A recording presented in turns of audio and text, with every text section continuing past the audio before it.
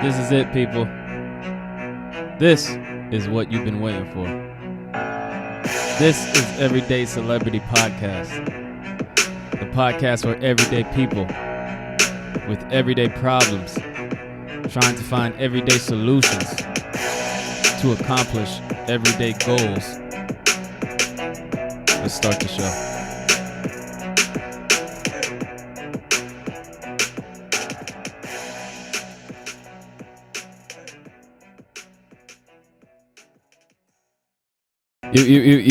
Welcome to another episode of Everyday Celebrity Podcast, number one podcast in Oakland, number one podcast in the Bay Area. And today we have a special guest joining me tonight. I don't know much about this man, but we're gonna get to the bottom of everything, like his life, his upbringing. But I do know he is a veteran and he is branching off into the media space. So, welcome Jason Wheat to the show. How you doing? Thank you so much for having me here on the Everyday Celebrity Podcast, the number one podcast in the Bay Area. Well, thank you for saying that again, yes. We'll keep plugging that. How was your day? I always ask that when people come.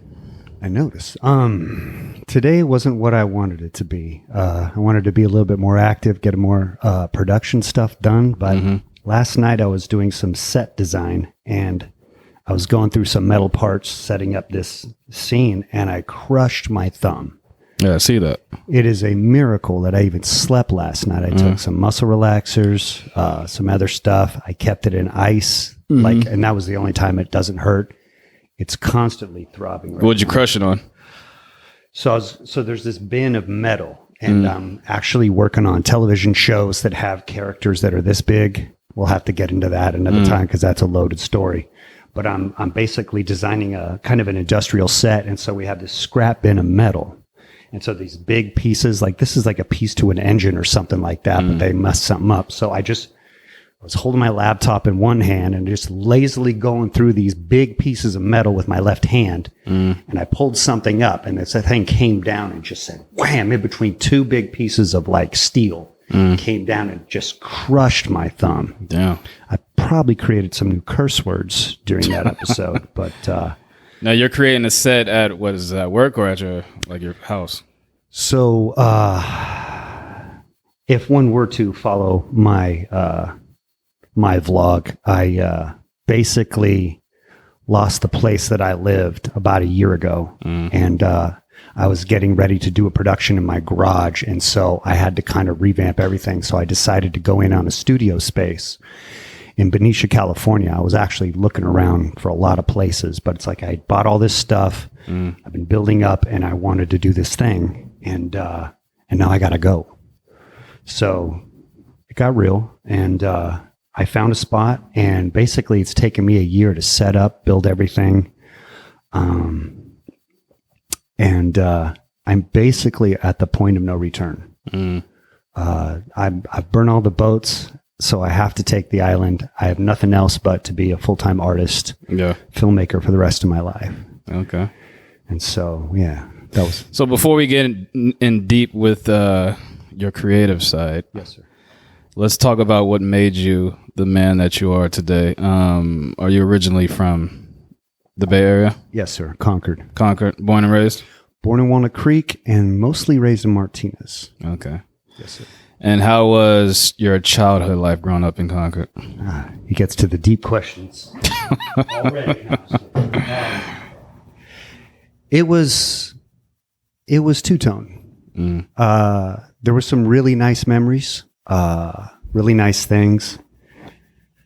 And then basically I'm the product of a broken marriage, broken family. Well, that's nothing to be ashamed of. No, sir. It's probably the commonality these days. It's more common now than it's more shocking to say you grew up with both parents nowadays. Yes. That's what's It crazy. is.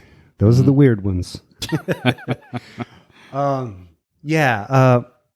mom and dad, I think at that time period, people were trapped in their homes. Women were trapped being women, having to marry out of their insane family life, if it were. Yeah. And so they both were just kind of getting out of that and getting married. And in the long run, they had no business being together, but me and my sister both appreciate the fact that we were born, and our parents did really good considering everything. You think they got married just because your mother was pregnant? Did the kids come before marriage? That's what I'm asking. I don't know. I actually don't know that. Okay. Maybe I didn't want to know. But I get the feeling that so my sister was 3 years older than me. Yeah. And I get that feeling that when I came around, at least you know how you kind of put the story together as best you can. You kind of play detective. I feel like I was the straw that broke the camel's back. I feel like I was not planned. I know that I wasn't planned. I don't want to be rude or anything like that. A lot of us are not planned and turn out being miracles and wonderful to everybody. But shit kind of hit the fan at a certain point.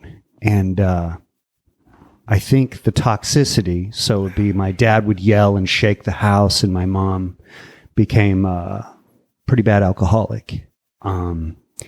And so I think as a kid, when the house proverbially shakes and there's chaos at times, as a child, you become, I mean, everybody has different mechanisms to fix things or whatever, but mine was to kind of be a caretaker, you know, kind of make sure everything's good to go. Dad, everything good? You know, you develop this instinct to make sure the shit doesn't hit the fan. And then that eventually rolls out to become your defense mechanisms kind of end up becoming a part of who you are in life. And then some of them end up, I don't know, I feel like without getting too far ahead of the question, they end up becoming something that you have to grow out of, like a snake skin. But I'll keep that at that. I'm trying to stay on point here. Trying to stay on topic. What did you? So obviously, I'm assuming you grew up in a crazy household. So did I. What did you do to like when my father was an alcoholic too, just like you say your mother was. Sure. And being in the house with him used to drive me fucking crazy. So in order to get that release and get that like calmness in my head, I would play basketball outside. So I'll be outside for hours just playing basketball. It would calm me down. It was my place of peace. What was your equivalent to that? You just hit it on the head. Basketball? Yes. Now you don't seem like a hooper. I mean, I don't get that vibe from you when I see you, but I'm going to believe what you say. Well, thank you. Neither does Matt McClung, but damn, huh? Well, there's probably some lead up to coming into that, but I had like some learning disabilities, and I had some serious like bipolar and ADHD stuff before they kind of knew how to treat it. Yeah. And the best thing they did, I think, was at that time was Ritalin. They'd give kids speed, and somehow that would slow shit down. I don't know how that science works. But I had learning problems. I had problems in school. I was the only kid I ever know, that they put a piece of Scotch tape on my shirt. And if I was good, they'd give me a 1, 2, or a 3. If I was bad, they'd give me a 8, 9, or a 10. They'll write that on the Scotch tape? Yes. And I was the only kid I knew that. And it wasn't that I was evil per se. It's just that when I got going and my imagination got going and just whatever we were playing, and then the recess whistle would blow, I couldn't stop. I was unstoppable in that thing. And so what grade was this started in? This was everywhere from kindergarten up through basically up to junior high. Okay. Middle school. And so I was kind of a problem kid, right? Like, you know, what are we going to, I felt this from the family, from my dad, my mom, and everybody was like, what are we going to do about the Jason problem? Because he's just, we don't know like where his thing is at. But the one thing I could do was draw. And I don't even think I was good at it, but it gave me control. Like when I was drawing, I could tell like a story and I had complete control. Yeah. And then basically when junior high rolled around, I kind of went from being the alpha to kind of, and this is of course is when the split kind of was happening and the toxicity was happening and my dad finally left. that shook everything, especially for my sister, but definitely for me. And she, because she was older, she kind of took the brunt of the fragmentation, the collateral stuff, because she understood it more. And I was still kind of being protected, but also I was out playing. So when the house would shake, I'd go play with my friends, or I'd go out by myself. I'd grab my G.I. Joes and I'd start making these little scenes and doing these little movies. And I even created a production label called Creative Bubble. And it's just basically this like plexiglass, like marble. And you see the kid playing inside with his trucks and stuff. And then on the outside, it's fire and flames. And in a way, I realized this through therapy, in a way that protected me from a lot of the flack. Chaos on the outside, peace on the inside. Beautifully put, sir. Okay. Beautifully put. So I was a problem, didn't get good grades, flunking out of everything. And then at some point I started going to the boys club. This was my post-school like thing to do. And I picked up a basketball rather late. I kind of started playing in junior high, and I loved it, but I was probably awful. If I was to watch it, I would wince, but I had a will about it. And I remember I was playing a gentleman by the name of Blaine, and he was a good baller. He was actually playing for teams and whatnot. We played one-on-one, and, it was a good game. And he was kind, like he probably beat me by 3 or 4 points, but he said, we'll call it a tie. And I always remembered that because he didn't have to say that, but it basically, he was telling me, you earned my respect, even though my moves were still dilapidated and I just was terrible. And so I remember that moment specifically. And then I kept playing. And my dad was like a lettered athlete, so he lettered in basketball, football. He could have been a baseball player, but he had an injury, and so he was one of those dudes that, what if, right? And so he ended up becoming a parent instead of a baseball player. So the sports thing was there between me and my father. That was the way that we bonded. And I guess just when I went to junior high, that's when things changed. That's when I became very insecure. That's when you're supposed to start putting your toys away. And I wasn't for it. I wanted to keep playing. No, you're supposed to start pursuing girls and being cool and talking about this and doing the clubs. And I'm like, I'm not feeling it, man. Like I wanted to stay into childhood. I wanted to stay a kid. Why I wasn't ready. You think you didn't fit in, or what? I felt freakish. I felt like a second-class citizen because I lived in a nice block for a while, and it was a really nice neighborhood. We moved into a fixer-upper in Lafayette, actually, after the Martinez thing. And that's basically when everything went to shit. And I just felt like we were the fucked up family on the block because... Now, I don't really know the area, but I think it's Lafayette, like across the Golden Gate Bridge. Yeah. No. Lafayette is kind of by Orinda. And then you get a little closer. Then you get to Walnut Creek and Concord. Okay, yeah. So is it like a rich area? Yeah, we did have a guest that went to St. Mary's. Okay. It's in the Lafayette, Orinda, Moraga area. It's kind of this secluded, foresty area with just really nice houses. Okay, yeah. Really upscale folks, if we'll put it that way. Okay. So you moved there, and then you started to feel like, okay, we don't fit in with these people. Well, we're still living in the time in the 80s where everybody puts forward the great image of success. We're happy, even though we might be beating her behind the scenes, but that whole 60s projection of happiness, everybody put that on better. See, and it takes you a long time to kind of learn and look back. No, more people are fucked up. We just never given the tools to hide it. Or maybe for me, I just feel I'm not good at hiding it. I'm not a good liar. I feel like there's better energy expended in just being true than putting on a dance. you know. So just that didn't work for me. But anyways, bringing it back, I just felt like I've always had this, and this is deep psychological stuff. It could be past life stuff if you believe in that sort of thing. But there's this serious feeling like I don't ever want anybody to think that I'm up to no good, that I have bad thoughts or any of this stuff. And I don't know where that shame came from. I still got some work to do on that.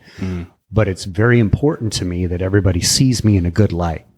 And I guess when I get to like upper class stuff, people, nice houses, nice cars, people who seem healthier than I am, I always felt out of place, like I'm not invited, like I don't belong there.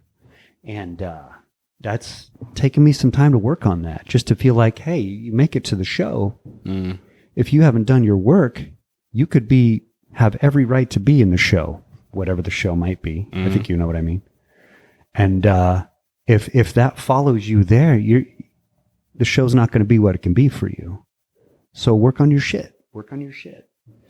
Did you get into a lot of trouble in high school? Like, were you getting into fights and were you like ditching class and shit like that? I was ditching class, but to be absolutely honest, I wish I was getting into that kind of trouble in high school. Unfortunately, so I said I was the alpha in those earlier years. That was kind of like a private school. It wasn't private as in well-to-do private. It was just this kind of niche school that had a daycare that started at 5 a.m. so my parents could drop us off there early as shit. And it was just this interesting school called Patchins in Martinez.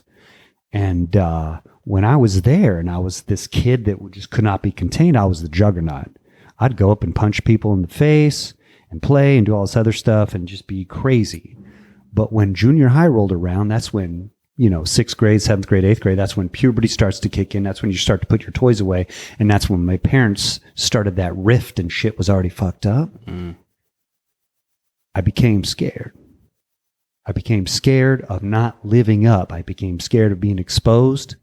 I became scared of getting my ass kicked because I was dealing with a larger pool of people that had been cutting their teeth on, for the males, for the warriors, it's, I'm going to test your gate, right? And you're going to test my gate, and we're going to see who the alpha is, all that shit. And I would just freeze. I didn't know what to do. I didn't trust myself. So there was a lot of work in that. I think I'm finally at the place where I can talk about basketball now, because I had the riff with my dad. And sports was the connection. And I started playing ball. And then I started getting that age in the latter years of high school where me and him were having problems, which I think is absolutely necessary for the growth of a young man. At some point, you have to rebel against your father, almost be like, kind of fuck you. And then you got to bounce. I did that before I was a teen. Yeah? Yeah, that was crazy. How, if I may, I know I'm not supposed to ask questions, you're the host, but how bad did it get, if I may? I mean, it got so bad that I never said this before on camera, but it got so bad. My dad was so crazy and he used to put me through hell so much that it got so bad that one day I couldn't take it anymore. And he asked me to make him a drink because he was a crazy alcoholic. So I used to these are on like school nights where I had to wake up early in the morning to go to school and shit. And he used to blast music all through the night, talking to himself, yelling. And, he used to yell and wake me up all through the night just for me to get up and then go make him a drink. And what he used to drink is a weird drink. He used to drink vodka and mix it with milk. So that was his drink, vitamin D milk with vodka, right? Don't try it, people. And so one night I'm like in the 8th grade and dealing with all this shit every night after night after night. I flipped. So one night he calls me in his room, tells me to make him a drink. And I go into the kitchen. I get a bottle of bleach. Now this is not even funny, but this is a absolute true story. and this is an exclusive story. Getting real. I get a bottle of bleach. I put bleach in the milk for him to drink because I was going to give it to him. And the only reason I didn't give it to him is because the bleach turned the milk blue. Whoa. So I was like, fuck, he's going to know there's bleach in here. So I poured it out and I just made him a regular drink and gave it to him. But I was literally going to give my father bleach because my head was so fucked up from dealing with his shit from childbirth every night. My dad was crazy. Damn. And that's probably why I am the way I am. I'm very unemotional. Everything that happens in life, like I could say things that happened to me as an adult in life, and people be like, "Damn, how come you're not like depressed or anything?" And the shit that I went through as a child, I just blow it off because like I've been through so much shit as a child. It made me just it made me be calm in every situation as an adult. So in a way, there was a positive thing to that. Yeah, I mean, I think it's a positive, but it's a positive that was created through negative shit. But this is not about me. That's the one question you can ask me on this podcast. Normally, no one. That's a rule. You can't ask me shit. It is. But go. What did I ask you? You were witnesses. Well, I was trying to get back to the basketball thing, but it was about the rebellion thing with my father. Mm-hmm. And so there was a point where my dad, we would play basketball at a Brown Street Park. Mm. You know, I put my skills together, and then basically Brown Street Park in Martinez, for those of you who know, was a spot. There were lights till about 12, and people would come from everywhere to play at Brown Street Park. Okay. And it was becoming big. And my dad was still young enough and skilled enough to play. My dad could ball. And me and him we had issues at that time. It was a very tense household because, it never came to blows. But we settled it on the basketball court. And my dad's the type of dude where when we play one-on-one or tackle football, he wouldn't let up. He would never let you win. And I do appreciate him for that. Yeah. I mean, that's what you're supposed to, I think. Right. Exactly. That's man-making 101. Mm-hmm. Don't give anybody anything. You got to earn it. And so when you finally beat your dad, you know that's real. That's not bullshit. And so it really is a real victory. And I remember specifically a time where, and I guess because, just to preface it, in every other area of my life at this time, I felt like a freak. People kind of took to me. They liked me and all my weird shit that I did, which we could get into. But basically, I felt like an outcast. I was scared to death, scared of my own fucking shadow, scared of doing everything wrong. We could spend hours talking about why. I kind of done my work, so I can get into that. But I'll just say that on the basketball court, and this is why it was such a blessing for me, regardless of what a freak I was outside or how shitty I was at this or that or whatever, inside these lines, inside the lines of the basketball court, I had the right to perform. I had the right to try. I had the right to succeed or lose, but at my own peril. Mm. And I had the right to express, because basketball, through the motions of the physicality of it, is very expressive. Yeah. That's partly what I love about it. You know, Michael Jordan's finger roll is different than Julius's finger roll. Mm-hmm. There's beauty in that. And so the basketball court is where I started to be okay becoming a man. Because inside these lines, it didn't fucking matter. You scored the bucket, you play hard, you get that respect.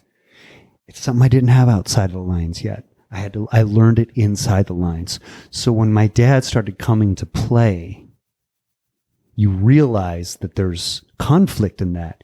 You're coming into the world where I have finally established myself as a man, and we got beef, and now you're here, and I will remember this. We talk about it, we laugh about it. But I remember I was checking my dad, and I had rage for him at the time. And he caught a ball, and the one problem about my dad's game is he could hit shots. He was quick, good athlete, but he had a low release. Mm. And I knew it. and he caught one on the elbow and tried to turn. And I already knew what was coming. And basically at this time, I had developed my hops. I was dunking. I was getting that down and becoming a good defender. And he basically turns to shoot, and I'm already up there, and it's slow-mo, and I see this ball. And all of my hatred for my father's just sitting up. And I remember seeing Spalding. I saw Spalding, and I went, wham! And this is one of those ones where you could have grabbed it. Mm-hmm. You could have grabbed it and just, no. This was like volleyball, man. I hit that shit, and basically it bounced to the other side of the court, through the grass, into the street, which was a good, realistically, 40 to 50 yards away. Were you purposely going against them all the time, or? Because usually when father and son playing together, they're usually on the same team. It was usually the case. Mm-hmm. It seemed like the great forces had ordained this for me. Mm-hmm. Every once in a while. So the basketball court was like a place where you felt like you had the power. Yes. Okay. Well put. I like that. Yes. Interesting. Would you like a re-up, sir? I'm still working on mine. Right on. So, and now a word from our sponsor. If you think you might be feeling depressed, stressed, anxious, or overwhelmed, today's sponsor, BetterHelp, is here for you. BetterHelp offers licensed therapists who are trained to listen and help you. Talk to your therapist in a private, online environment at your convenience.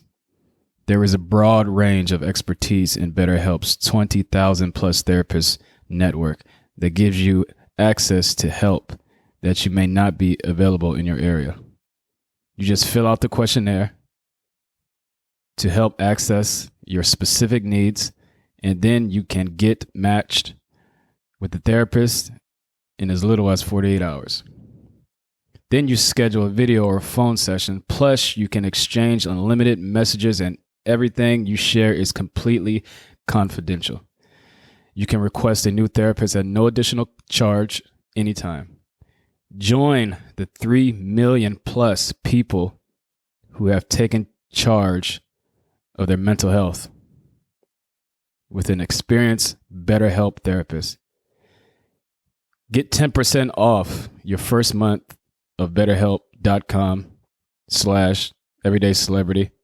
That's BetterHelp, HELP.com/everydayscelebrity. It's waiting for you.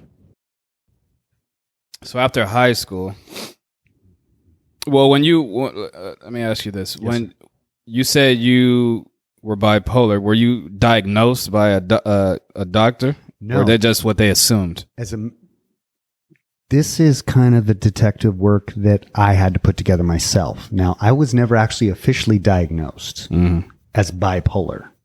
It's just that I would get these super highs where I feel euphoric, like when everything's lined up. I kind of call it accidental balance. I look at everything like a clock. When I'm on top, I'm at 12 o'clock. Everything's beautiful. I didn't really do it. It just kind of happens, right? And then there's this cycle you go through, and you end up at 6 o'clock. And this is the bottom. You're hitting bottom. Everything's awful. It almost seems like you can't do anything about it. And you just work your way through these cycles. So I would do those cycles rapidly. And so to me, I just put that together. ADHD, yes, I had that in droves. But the bipolar never actually was officially assessed. So when I asked you that question, because a lot of kids, I feel, and it's been proven, are misdiagnosed. Like you'll have a kid, right, that has a shit ton of energy. Yeah. And then the teacher's like, oh, damn.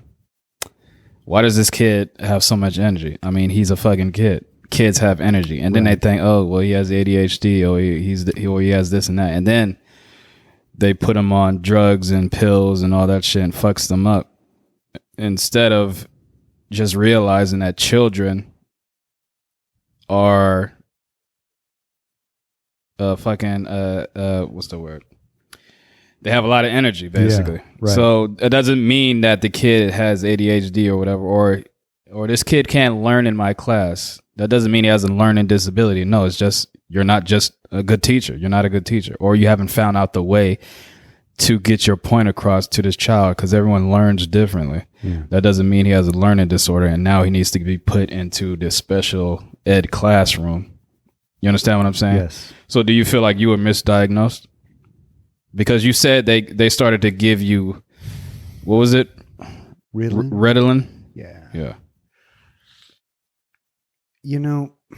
And obviously you're a kid, so you don't know. But now looking back at it as an adult, do you think, okay, well, maybe they misdiagnosed me? I could easily say that. But I'll tree branch off to this too. I can't by any right say that anybody misdiagnosed me, because it just really, there wasn't a lot of technology in that area. And we could preface this later, but I'm also not a victim. I take full responsibility for my life. I don't blame anybody for anything. So I will say, you know what? My journey is great. Yeah. You know, there's hardships and whatever. I'm thankful for all the experiences that I had. And so I don't think there was anything to misdiagnose. I think the technology just wasn't there. I will say, though, with kids having energy, and also what are we feeding them? Louis C.K. has a really good take on one of his stand-ups where he basically says, we give kids caffeine and sugar and Pepsi and McDonald's and salt, and then they act weirdly to these things, and then we hit them like, calm down, you know, like there's a point to that, even though it's hilarious the way he does it in context. What also are we putting in their bodies? Yeah. Because I know people like that, I can't drink coffee because it gets me wired. Well, Coke isn't far off of that, you know, and, you know, give them soda. Like, how dehydrated are the kids? Yeah. It's funny because when I was growing up, coffee basically was considered just like alcohol. It was just for adults. Like, I never seen kids drinking coffee when I was growing up. I thought coffee was basically like the same thing as drinking whiskey when I was a child. It was only for adults. But nowadays, you go to Starbucks, you don't even see adults in there. You see high school kids, I do. Young college kids, full Starbucks Pete's coffee. Yeah. That's all you see in there. Right. Addicted to coffee, walking around with their fucking little mugs, thinking they're the coolest shit in the world. Addicted to sugar, too. Yeah. Sugar's the grabber. Because sugar comes around when they get their candy. Sugar comes around even with their tomato ketchup. Yeah. My little nephew, he likes eggs, but he only likes eggs because he likes to put a shit ton of ketchup on the top of it, which is basically sugar. I'm not mad at it. I totally get it. Mad at you. I ate Twinkies when I was a kid, so it's like. Yeah, I never had like a sweet tooth growing up. No? Because I never had candy. When I was growing up, my parents never bought me candy. By default, you should probably be thankful for this. Oh yeah, I am thankful. Till this day, I don't even eat candy. This is not a question, but if one were to impose an idea of, well, what is your unembarrassed passion? But I'm saying it out there. I'm not asking you. I'm just throwing that out there. Yeah. What would that be? Yeah, I'm not going to answer that. All right. Back on me. All right. So you, so high school. Yeah. Did you graduate? Barely. Okay. But I think it's because they didn't want to see me again. And what year was this? 1991. 1991. Yes. Okay. I had to do some adult school. So basically, at my senior year, I had some problems. But it wasn't like I was breaking stuff or like threatening my, or anything like that. But I was cutting class, and I'm going to say I was running with a bad crowd, but I was running with people that just weren't really helping bring me back up. Yeah. And I walked into the principal's office, Mr. Luke at the time, and I said, I need help. I don't even remember doing this. I remember doing it, but I don't remember thinking it. It just all kind of happened. I went into his office and I said, I need help. And he sent me to a place called the Horizon Center. Now, at this time... Help with what specifically? What? Grades or just life? Certainly grades, but something was wrong with me. I would like... I think if you don't have anything that you're like kind of fighting to get to as in terms of goals, even as a kid, you're like, if you let go of all that, the momentum, the traction of just whatever it is you do as a human being, like you lose that momentum, and it's like you're like, oh shit, I can just drift away off into the cosmos, and wow, no responsibility is nice, but at a certain point you end up, I don't know, I just felt like I was falling. And so, yeah, I don't know. I just ended up in there, and he sent me to this place called the Horizon Center. Now, I had already had therapists. I had moved in with my dad because my mom basically almost drank herself to death. So she went off to get recovery, sold the house in Lafayette. We lost a whole bunch of shit. We lost all of our films. We lost a bunch of stuff in that house because my dad had already left, and she basically almost drank herself to death, went off. So I had to live with my dad, who had just remarried to my stepmom. And, my dad was starting anew. He's starting with a woman who basically had a very nice upbringing and a reality that wasn't necessarily in alignment with the shit that we were going through. She'd had a very nice upbringing. And so I feel like, and I apologize, Dad, if you do end up watching this, but I feel like my dad was playing cover up. Like I was this gaping, seeping, pussing piece of evidence that things weren't kosher. And, he was just trying to start a new life with this new woman, but here I am. And so I felt like the finger was being pointed, like when they're taking me to like these therapists, what's wrong with you? What's wrong with you? Right? And so I had therapists. I'm just going to name pitch here, Dr. Moss at Kaiser, and he would just go, Oh, yeah, it's fucking Kaiser. Yeah. I had Dr. Schwab, though, $100 a session, top psychologist. But because my dad was cutting the checks to Dr. Schwab was also like, so, son, what's wrong with you? Not even looking in the other, because who's going to bite the hand that's feeding them, right? Yeah. Yeah, I suppose if someone was cutting me $300 checks, then I'm not going to turn around and be like, how are you part of the problem? So when I went to this Horizon Center place, this was funded by the county. And so the lady that I saw, she wasn't a silver spoon person at all. She'd been an alcoholic. She'd been through some fucked up shit. I'm going to name drop on this one. Her name was Cynthia. Sorry. Go ahead. Oh, her name was Cynthia Natone. Okay. And if I didn't meet her, my life would probably be totally different. There's a few people I can thank. Cynthia's one of them. Yeah. Because basically I did sessions with her, and at a certain point, she turned around and was angry at my family because I had been labeled as the scapegoat as for what's wrong with me. It had all been put on me. And so we'd done some sessions, and she said, you know what? We're going to bring your family in here. I'm like, what do you know? What are you talking about? And she's like, well, it seems like everybody's pointing at you, but nobody's taking any responsibility for the state that you're in right now.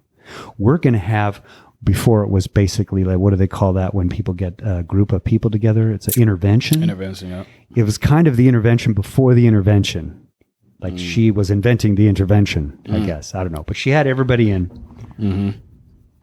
And basically made people own some stuff. And it actually ended up being really good for the family. But for me, it was like, I feel like I just come out of a court case.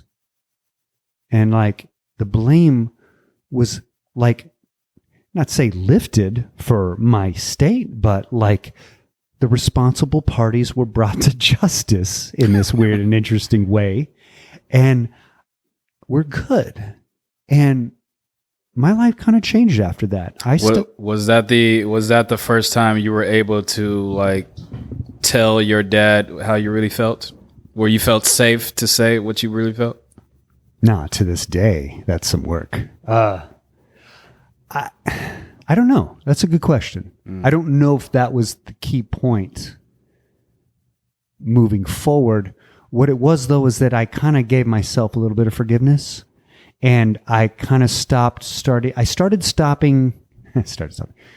That's the whiskey talking. But I started hanging out with better people. Yeah. I started making more positive friends. Mm-hmm. And then I got my first girlfriend ever, because I was basically mentally challenged when it came to girls at that time. I was just scared to death of them. Got my first girlfriend.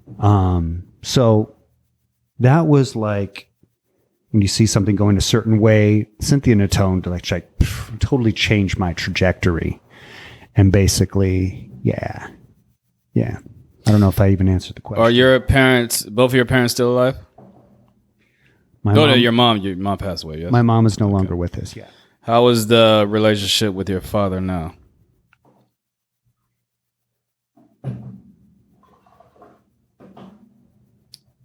Very good question. Well, leaving my house when me and my dad had our thing, leaving the house to go live with my mom, who somehow ended up living like a block away, that is hilarious, was the best thing for our relationship. Leaving and getting that separation. And my dad has basically come full circle with understanding that, look, I'm not going to be a traditional son. You know, even when I already told him after I got out of the Marine Corps, which we have not talked about at all. Yeah, we'll get into that. Yes, sir. I basically said, Dad, I want to make films. That's what I want to do. That's why I got out of the Marine Corps. I made a movie when I was in the Marine Corps. Anyways, we'll preface that for later. And he would still be like, well, son, you know, he worked in merchandising jobs. He did stuff in grocery stores. He stocked shelves and stuff like that. And I just remember feeling in my gut as a kid, because I went to work with him sometimes before he would drop me off at school or whatever. And I just remember being there going, I don't want to do this at all. And he was kind of basically telling me, which he meant well. My dad went well. And he knew that I was challenged with learning in some ways. And so he felt the onus of basically saying, son, look, you're not going to be a lawyer. You're not going to be this. You're not going to be that. You're going to be blue collar working class like me. And so basically he would pitch these jobs to me that I didn't want to do. And I just remember from the very beginning, I never wanted that work. I never wanted a 9-to-5. I never wanted to do any of that shit. Not to rebel against him. It was just something that felt eerily wrong about just giving all that time to something that's just not fun. Yeah. You know? So yeah. So I moved away from him, and eventually he came around. After I did my stint in the Corps.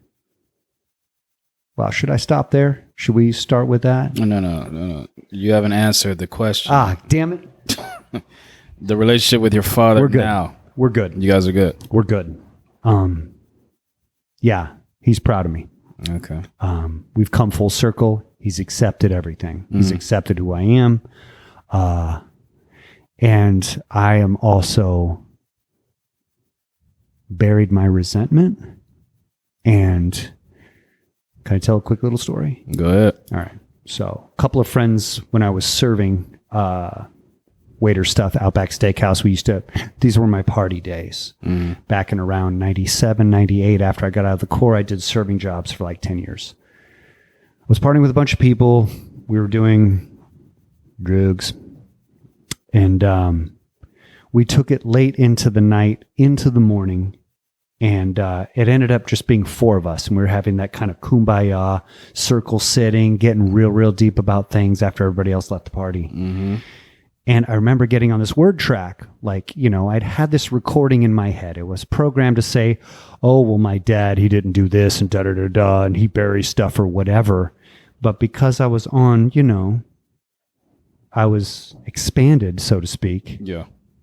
I caught myself in that sentence, and I'm like, that is just an echo of a depiction I created a long time ago. And you know what? And I'm having this moment right in front of the group where I'm like, my dad did the best he could teaching me the basics of life because he knew I was going to struggle with the basics with my learning, So basically, he was just a champion at being my drill instructor in terms of, son, brush your teeth before you go to bed. Put your socks on. You're going to catch cold. Like all these basic things. He did the best he could for a Tasmanian devil like myself. Mm. And I called him at 6:30 in the morning. Like, I'm like, guys, I got to call my dad. I have this moment of clarity. I called him up. We hadn't talked in like 3 or 4 months. I've heard of worse. Yeah. But, we were obviously separated, and called him up at 6:30 in the morning. I'm like, Dad, it's be kind of crazy. And I'll be honest with you right now. I am a little, stimulated off some drugs, but I had a moment of clarity. So please take this seriously. I just want to let you know that I appreciate you. Everything it is that you were teaching me is exactly what I'm struggling with right now. Mm-hmm. Just getting lost, just being a kid in the world. And that's, you did the best that you could. And I just want to thank you for that and that I love you. And that was another trajectory change, but for me and my father, because we started talking a lot more, and he was definitely a lot more active in my life after that. So I guess there's no simple answers on this table, is there? I mean, your answer is your answer, I mean, that's all I can say. Yeah, everyone has fucked up relationships with their parents. Your story with your parents is kind of similar to my story with my parents, but my dad is more like your mom, right? In this story, but yeah, I'm not going to get into that. Right. So after high school, where did your journey take you? Did you go to college? Did you stick around the Bay Area? What? I didn't have money for college, so we were all right as a family, like lower middle, but there was no money for college. If I wanted money for college, and that's a great segue, by the way, I was going to have to go into the military to get that. But I took about a year and change after high school. I took about a year and change to fuck around, smoke some pot, hang out, play basketball, do some shitty jobs, which we all have to, I guess, do. It's a rite of passage. And then a buddy I used to play ball with, Jeff Watson, he had this smashing idea. Now, I checked in with the naval recruiter. Wasn't feeling the Navy. Wasn't feeling being on that big steel vessel. Explain. Oh, it was just the fact of being on a ship? I'll be glad to explain. Because there's girls on the ship too, depending on what ship. There wasn't then, man. Depending on what ship. Okay, that's not the vision I got. I know now things are more equal. There's more women in the force. Mm-hmm. But I mean, what are we still talking? Like 10 women to every 100 dudes on a boat? Aircraft carrier? It's like a floating city. Okay, well, okay. Well, anyway, yeah. It sounds interesting now, but really it wasn't even the boat thing. It was those uniforms. Those bell-bottom pants and the little cross stitching in the back. I don't know. There was something about that screamed, I don't know, man. Okay. I don't like that access from the back thing. No disrespect to anybody's preferences. I don't know. Okay. Even beyond that, that was my cute excuse. Even beyond that, I didn't trust myself at that time to make that big of a decision in my life. I didn't trust myself. I always felt like if I go too far in this direction and the right answer is here, it was always about the right answer. Now I'm going to have to double back, and I've traveled, like, you know what I'm saying? It's just this fear of instability, fear of not trusting myself and my instincts. Eventually you come to find out that your journey isn't linear. You're just moving forward. Yeah. And whatever direction you go, you're still there. Your work is still there. It's not, and see, that's the thing. It's not out there. Shit's not out there. It's here. This is your work. It's not out there. But I didn't know that yet. So, goddamn. So, Jeff, we were playing ball, smoking a lot of weed, but he comes up with this plan. He's like, hey, dude, there's the buddy program, Marine Corps. get college money, get this, get that, Yep. and we'll be promoted instantaneously because we're doing the buddy program. He sold it really well.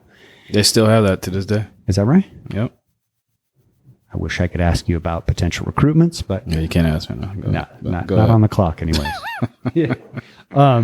So he sold it. And I'm like, I don't know why. Probably because I'm a codependent.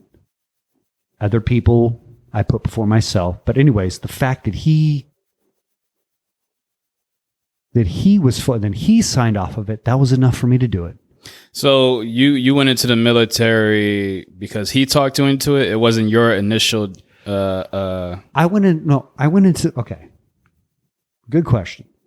I went into the military because I thought it would put me through this machine of this incomplete fuck up that I was. And that when I got out to the other side of this food processor thing or whatever, I would come out this confident, made of steel, badass motherfucker. Yeah. But I was never going to be able to make that decision. What he helped me do was just simply sign the contract. Okay. And I'm grateful. Now here's the catch. He was still a senior at Northgate High School, Walnut Creek, nice high school. Mm-hmm. And so I was already in boot camp when he was still getting ready to graduate. Jeff never, How the fuck does that work? Recruiters So he was in high school still, and you were already graduated. Right. But we both signed the contract. He signed the contract. On the buddy system. On the buddy system. So the buddy system is not like you both have to leave together? So long as your parents co-sign your contract before you're 18 years old, you can sign up with the Marine Corps. You can sign up with the Marine Corps, I believe it's 16, 15, so long as your parents co-sign that. Don't check me on that. Yeah. There's a hold your thought, but Yeah. did you hear about there's a story of this was I think in World War II. There was a 12-year-old who snuck into the military, and he made it all the way to like the front lines. A 12-year-old, and then I don't know how, but they found out that he was 12, and then they put him in jail. In jail? They put him in jail. They arrested him, put him in jail because he was 12 years old and he was in the Marines or Army or some shit. That didn't sit right with me. Yeah. You trying to be a hero? Fight for his country? Yeah, but the motherfucker was 12.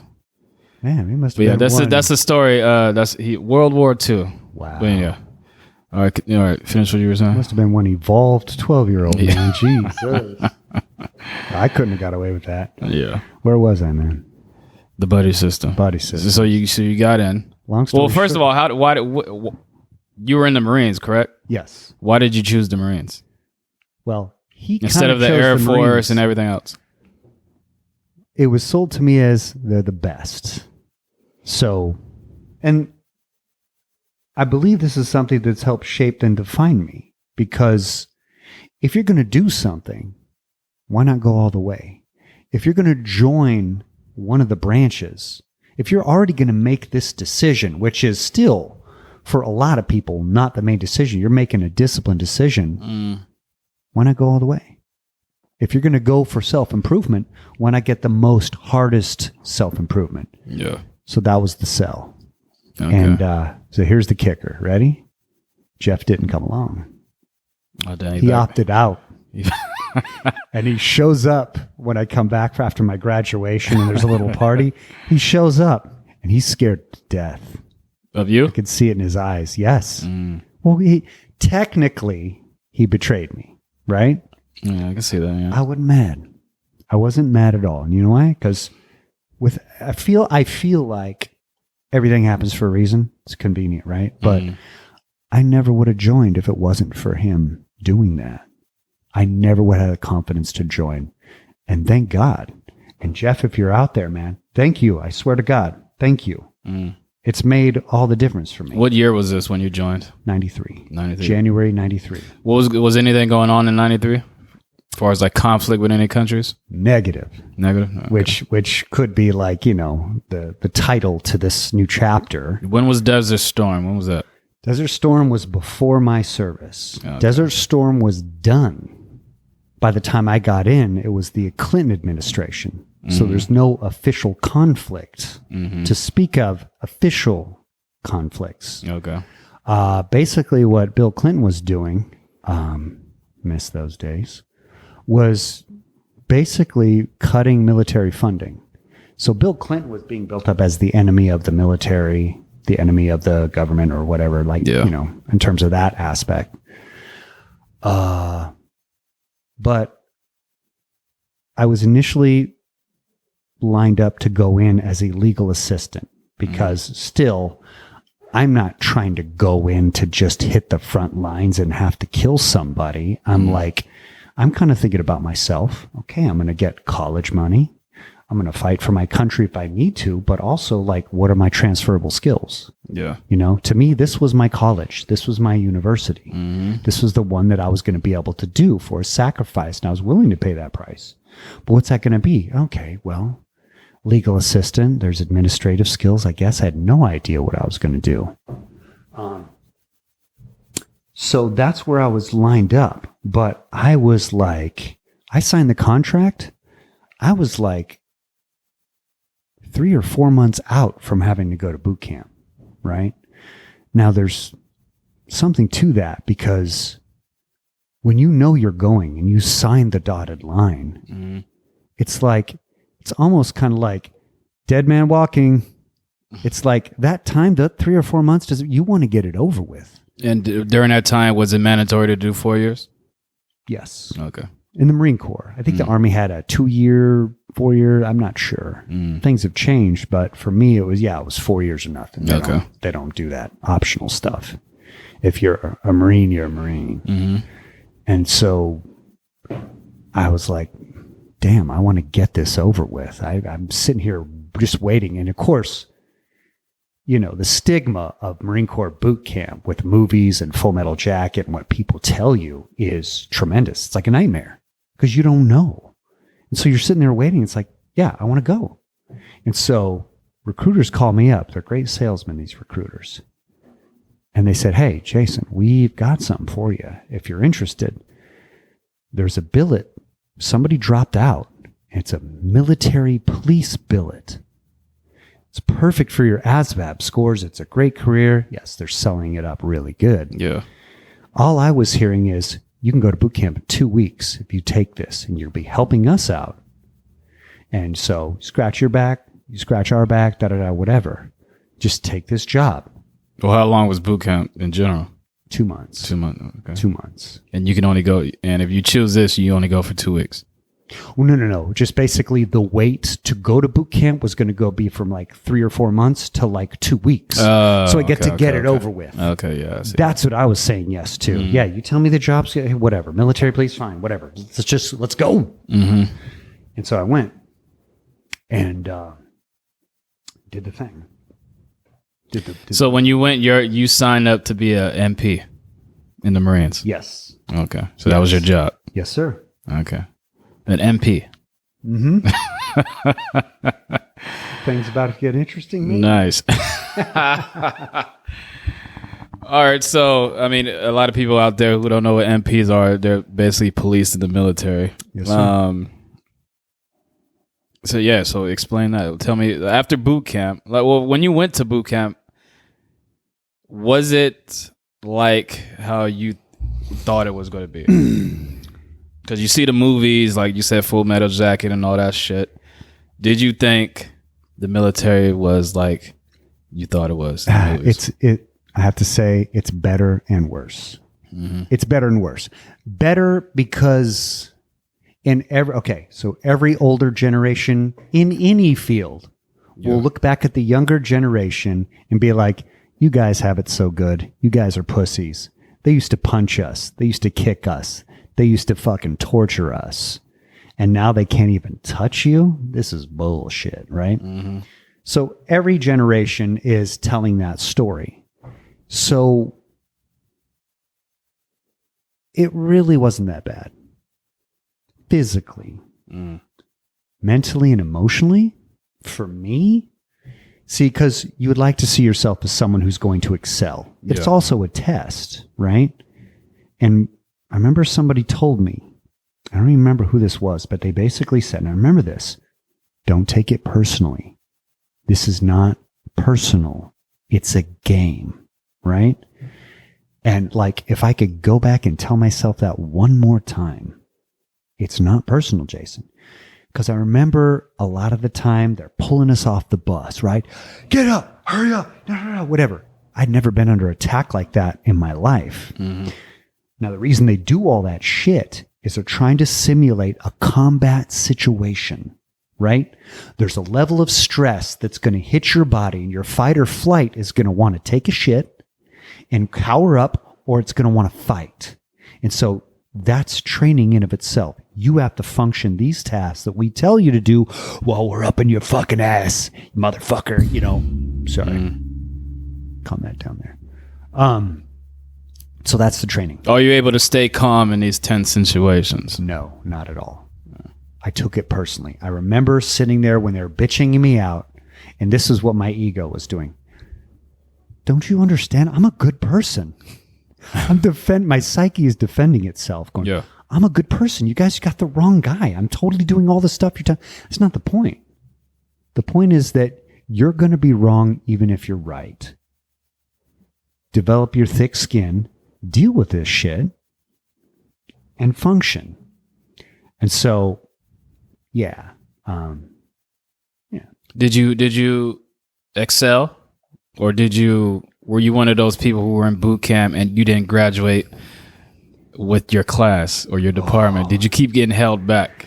That was the fear. To get in that battalion where you have an injury and so you can't move on or whatever, because everything, once you get to San Diego or Parris Island, once you get there, everything is about getting done. You don't want to get caught up. I don't know, it was a remedial platoon? I think it was called a remedial platoon. There's a bunch of people that, like, for whether it be it injury or whatever, fuck ups. That's basically the small yellow school bus of the Marine Corps was the remedial battalion. You do not want to be a part of that. My whole thing was, no, dude, because it's hell. It is hell. I remember when we got into receiving, basically the first day, they grab us off the bus. They're throwing us around here, there, going through. In my mind, and I think a lot of other people's, I was like, excuse me, I think I made a mistake. So if you could just show me at the door. I was like, fuck. So you were thinking that as soon as you got off the bus? Yeah. Oh, damn. Well, it had developed. I was planning my speech hypothetically in my mind of what it would be like if I could just say, can I get off this bus? I've made a big mistake. This is not what my mind thought, nor can your mind ever conceive what this is going to be. So why didn't you? Why did you stick with it? Well, I did try to get out.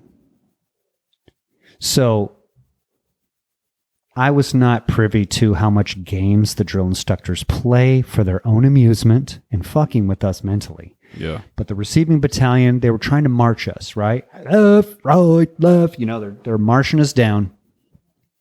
And hear the party now? I do. Anyways, they're trying to march us and we're not following commands well. So they take us into the medical center to give us all a hearing test.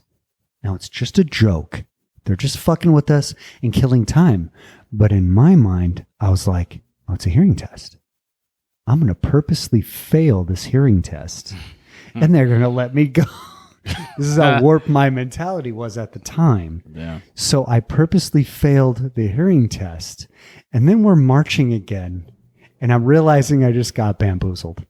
They're not turning in those tests. They didn't even do a test. It finally dawned on me.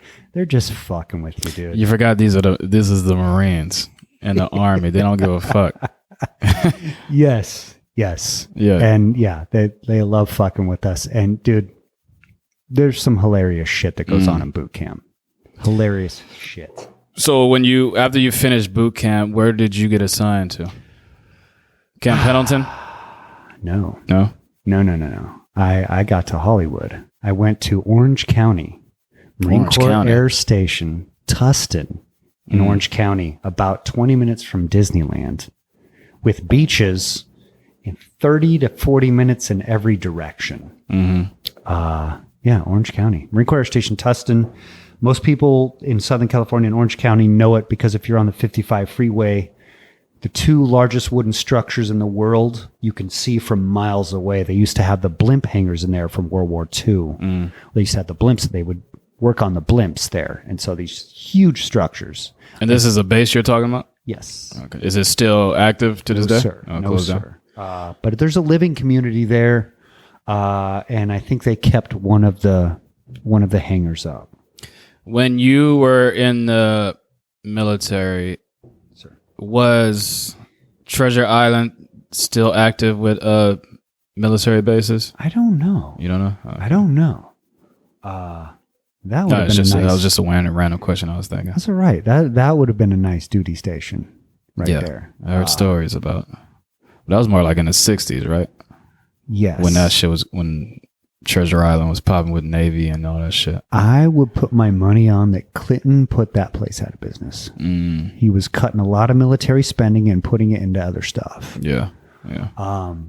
But Treasure Island kind of became cool because they started using those hangars because Northern California has always supposed to been the next Hollywood, but it's never really totally panned out. Yeah.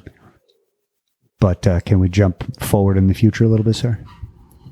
Go ahead. I remember when Nash Bridges was doing their television show, I was trying to get on extras. And so they would go into that hangar and we went inside there and there was all these sets. It was really like a Hollywood studio. On Treasure Island? Yes. It was amazing. And so for that time, the Hollywood thing was kind of happening. Don Johnson and Cheech Marin were like the stars. Do you remember that show? You talking about MASH? Nash Bridges. Nash Bridges. No, I never heard of that. May I ask how old you are, sir? You cannot. All right. But I never heard of. I heard of MASH. Okay. Oh yeah. Well, there's MASH, but this was Nash Bridges. This was a television show with Don Johnson, the Miami Vice guy, and Cheech Marin. Okay. Cheech and Chong. Yes, sir. Okay. And they were basically playing cops on this boat. Was the police station because that's how cool San Francisco people are, right? Yeah. And there was this detective unit or whatever. And so for a long time, people were getting jobs in the Bay Area for acting and stuff like that. And so that was kind of the beginning of kind of like an acting career. But I want to jump back on our timeline. But when you say Treasure Island, that's what comes to mind for me. Is nice. All right. So you're stationed in Hollywood, basically. Yes. Your military, did you only do 4 years? I did the 4 years. Okay. So give me like some things about the military that you think benefited you in becoming, I don't know, like giving you qualities of you being a man. Right on. I like that. Well, meeting people from every different walk. There's a saying in the Marine Corps that they teach very early on. There's no black, there's no white, there's no Latino or whatever. You're either light green or dark green, and that's it. Shut the fuck up about it. Yeah. There's a camaraderie there that just goes past all that stuff. And so I met a lot of different kinds of people that I never would have met just staying in my own little walk in California, which I never really noticed until I would come back home and hang out with my friends. And my friends, most of my friends were kind of having the same conversations, talking about the same TV shows and talking about the same shit and bitching about the same shit. And like, I had kind of evolved, and it's not like I was above it or whatever, but I just noticed that, like, yeah, they're kind of just doing the same stuff, talking about the same stuff. And it's like, I feel worldly. Like, I feel like I've gone out there and I've experienced some stuff and I've gained some stuff and I've gotten some different perspectives from different people. Yeah, I think I want to be out there. I don't want to just come back here. Yeah. So it was your basically being in the Marines taught you or gave you the scope of like working and meeting with people that you would never see yourself being around? Well, it's not that I didn't see myself, but you don't know what's out there if you don't know what's out there, right? And so, like, you know, met a bunch of different interesting people. We're all on the same team. Now, it's not like that I, you know, hadn't experienced different races or whatever. I think sports helped me with that on the basketball court. And you're in the Bay Area, so I mean, that's correct. So it's not like you were from fucking, I don't know, the down deep south in like exactly Tennessee or some shit. Right. And so maybe that leaves me to be more open to people from Wyoming, you know, or Alabama, like, you know, who just basically maybe have some different views or talk a little bit differently. Did it give you more confidence? Because you say you were insecure growing up. Absolutely. It gave me more confidence, but I wish, and this goes for every part of my, you know, youth, even in my 30s, I wish I could take what I know now and go back then and apply it.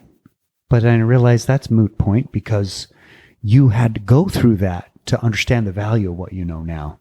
You had to experience that. So it doesn't really matter. But I think the most important thing that Marine Corps gave me,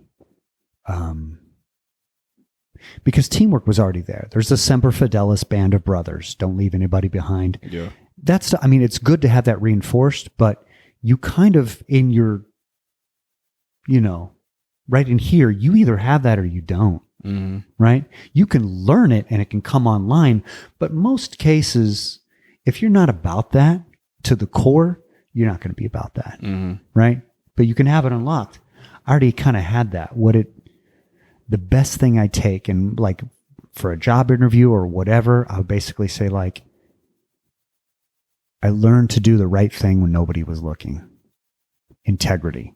Holding myself accountable. That's the best thing I got from the Corps. You're a better man than me. I was a shitbag in the military. I did not know that you served. Yeah, I served, yeah. That wasn't a question.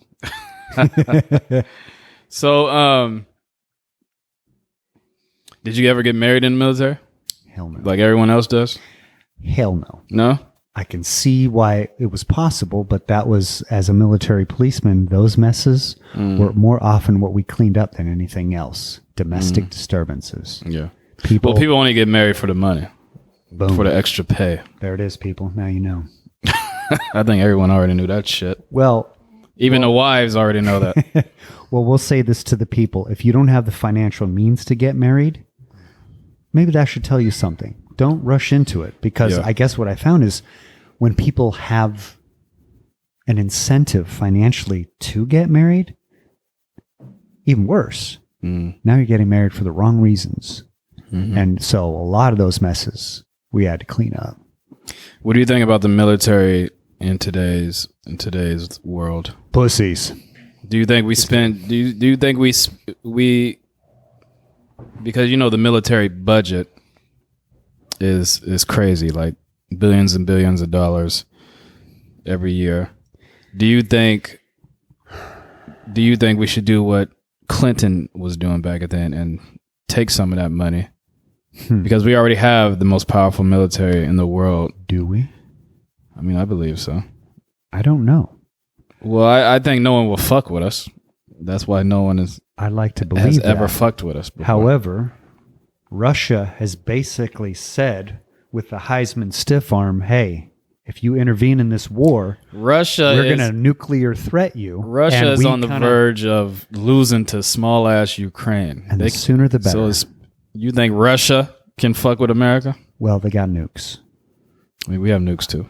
We do, right? But if you have a crazy dictator... This is my thing about that. Everyone is always scared of, oh, Russia has nukes, Russia has nukes. But the chance of a nuke actually reaching America, they will shoot it down before it even gets close. God, I hope you don't think so? I hope no. I want you to be right. No, but what do you think, honestly? Do you think if Russia shoots a nuclear missile toward America, like toward New York or something, you think it would make it to New York and hit land? Or will America be like, damn, there's something coming, and shoot that shit down before it even gets close? Well, let's think about this. The Cold War was what? The 80s? Late 70s, early 80s? Mm-hmm. And then through on? Maybe not all missiles would be coming from Russia. Maybe one could end up on a boat. How small is a nuclear device? Now, I will tell you this. I will never come on your show and blow a bunch of smoke up your ass about things that I do not know. I'm not an engineer. Well, I mean, I don't know a lot of shit either, but you have your opinion. So just say your opinions. I'm scared to death of nuclear war. I'd like to think that, what is it called? The Space War, Star Wars, whatever program, which Space is basically, Force. Star Wars was basically the technology that we were preaching to say that we would shoot nukes out of the sky. In the 80s, that was called Star Wars, I believe. I try not to think about it, man. Yeah. I try not to think about it because I believe there are times where nukes were getting armed. There was a time where our government thought we were getting nuked and people were getting ready to turn the key. Won't get into that story, but we've been close. And with these, good. All I have to say is everyone, Americans especially, right? They're always talking about other countries firing nukes at us. But they need to do their history and their research. America is the only country that did something similar to, even that's similar to shooting a nuke, and which was an atomic bomb. True that. They dropped two, not just one, two atomic bombs on a country and killed thousands and thousands, probably millions of innocent civilians. Correct. So America has that dark. America is not the angel child that everyone fucking thinks they are. Yes. Agreed. Yeah. And everyone's always talking about, oh, Russia shooting nuclear nukes, China shooting. The Nazis. Yeah. Right? America has a dark ass past, and America is the one country who did some shit that's similar to shooting a fucking nuke. Some would say, I'm not advocating for them, that we were warning them, don't do this. And we were desperate, but this is war, right? This is war. I hate that it happened, but would we have lost the war if we didn't do that? Maybe. Well, I don't think we would have lost the war. I think they ended the war with Japan quicker than. Sure. Once that bomb hit, boom, Japan was like, fuck that. But we're done. Now we can focus on the fucking Germans.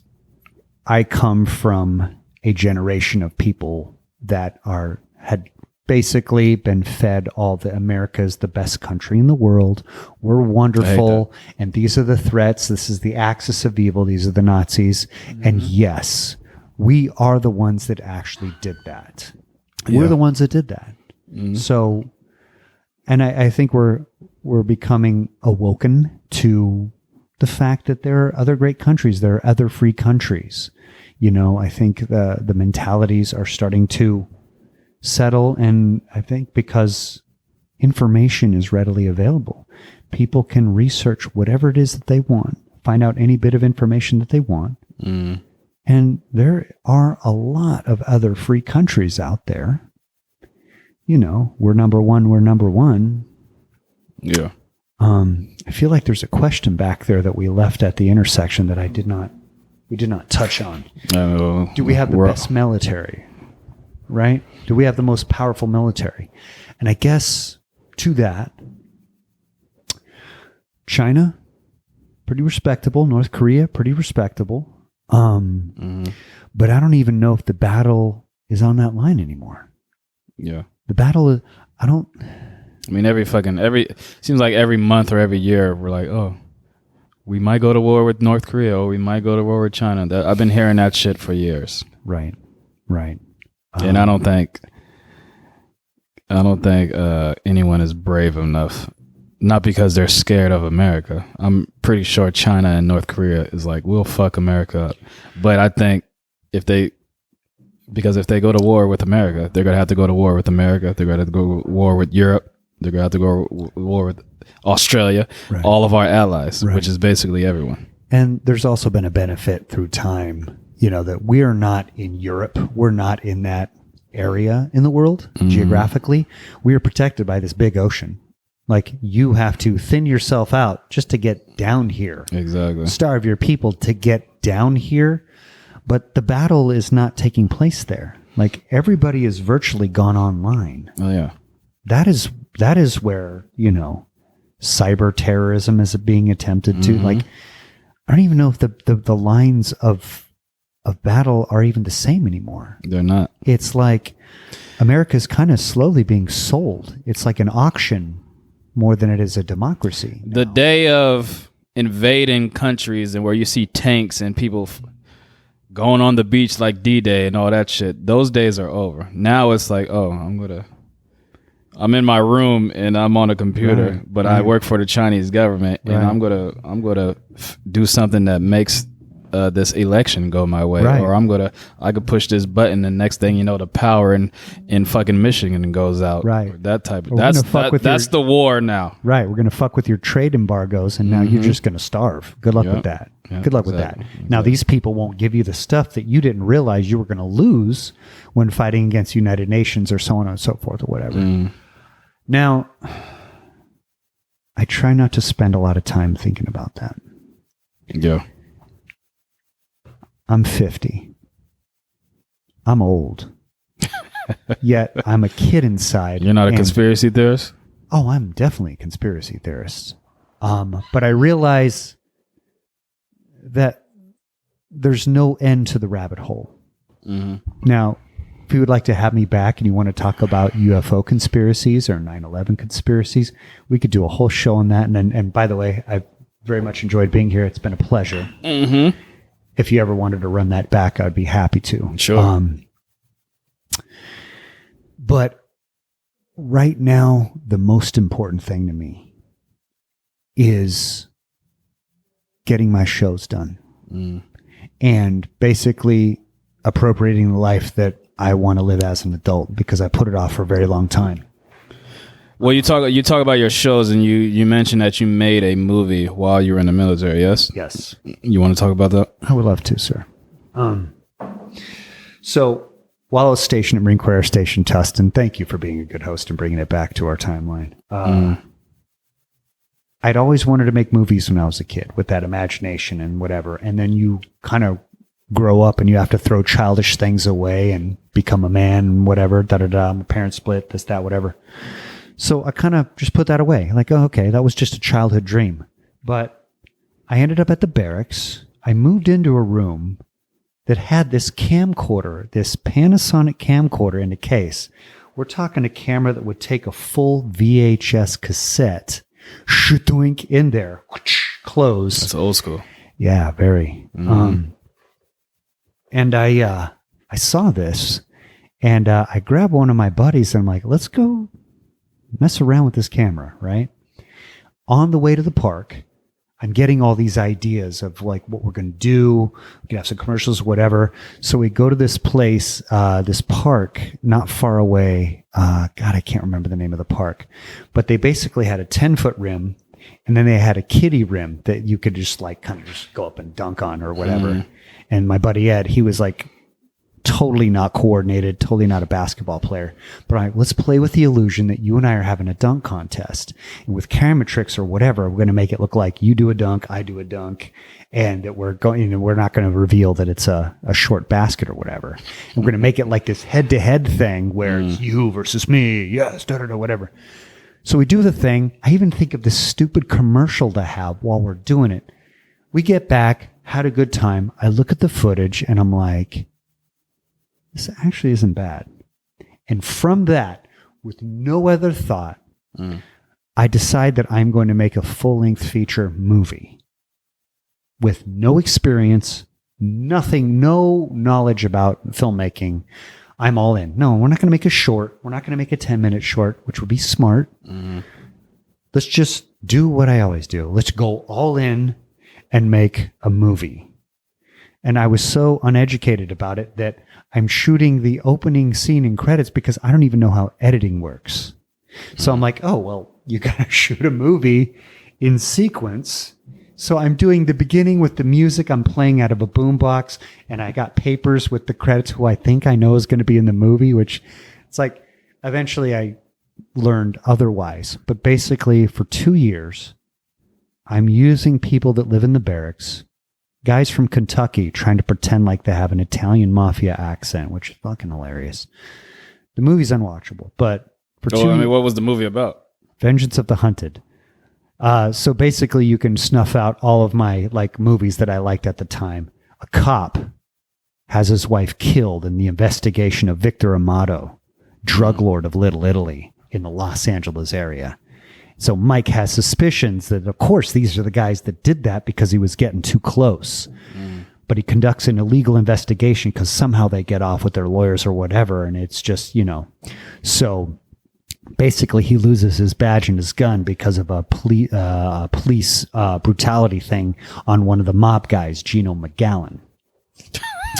So it's very specific with these names. Damn. Yeah. Well, the movie is kind of legendary amongst the people who were involved. It took me 2 years to do it. And so no budget, action movie. I got a car chase scene, a bunch of fight scenes. You could basically tell, okay, the movies that he watched were like Lethal Weapon, Last Boy Scout, any Bruce Lee movie where a guy's beating up 30 guys at once. Yeah. Not that I do that in any scene or whatever. But I basically was just tackling all these movies that I kind of grew up to, Die Hard and all these other things, with the leading guy who's being chased and, whatever. And there were times where at a certain point I quit because people weren't showing up. People weren't showing up to do the scenes. And it's like, you can't pressure people to do that because they're doing it for nothing. They're helping you. So you can't be that pissed. And you can't expect other people to love your passion more than you. Yeah, true. And in retrospect, I could have done a better job of letting them know what it is they're filming. Nobody had any fucking idea. I basically, I didn't have a script printed. I had all of this on tablets. I wrote shorthand. And I'm like, okay, so you want to be in Italian? Okay, show up here. You good on Saturday at 7? Okay, great. So I want you to come in with the gun and be like, hey, you get the fuck out of, whatever. I would just tell them what to do and they would just do it. But they had no idea what the story was about. I still was the ADHD kid. I did not have my mental, prowess with me yet. So I was lost. I didn't, I was hanging on by the seat of my pants with this thing. But yeah, they did the thing. But at a certain point, I'm like, nobody's shown up. I've been doing this for like a year and a half. And I quit. I'm done. I tried my best. I tried my this is the only thing that meant anything to me. And I remember I was dating a girl at the time who had introduced me to our Lord and Savior, Jesus Christ. And I don't even know if that's who I was.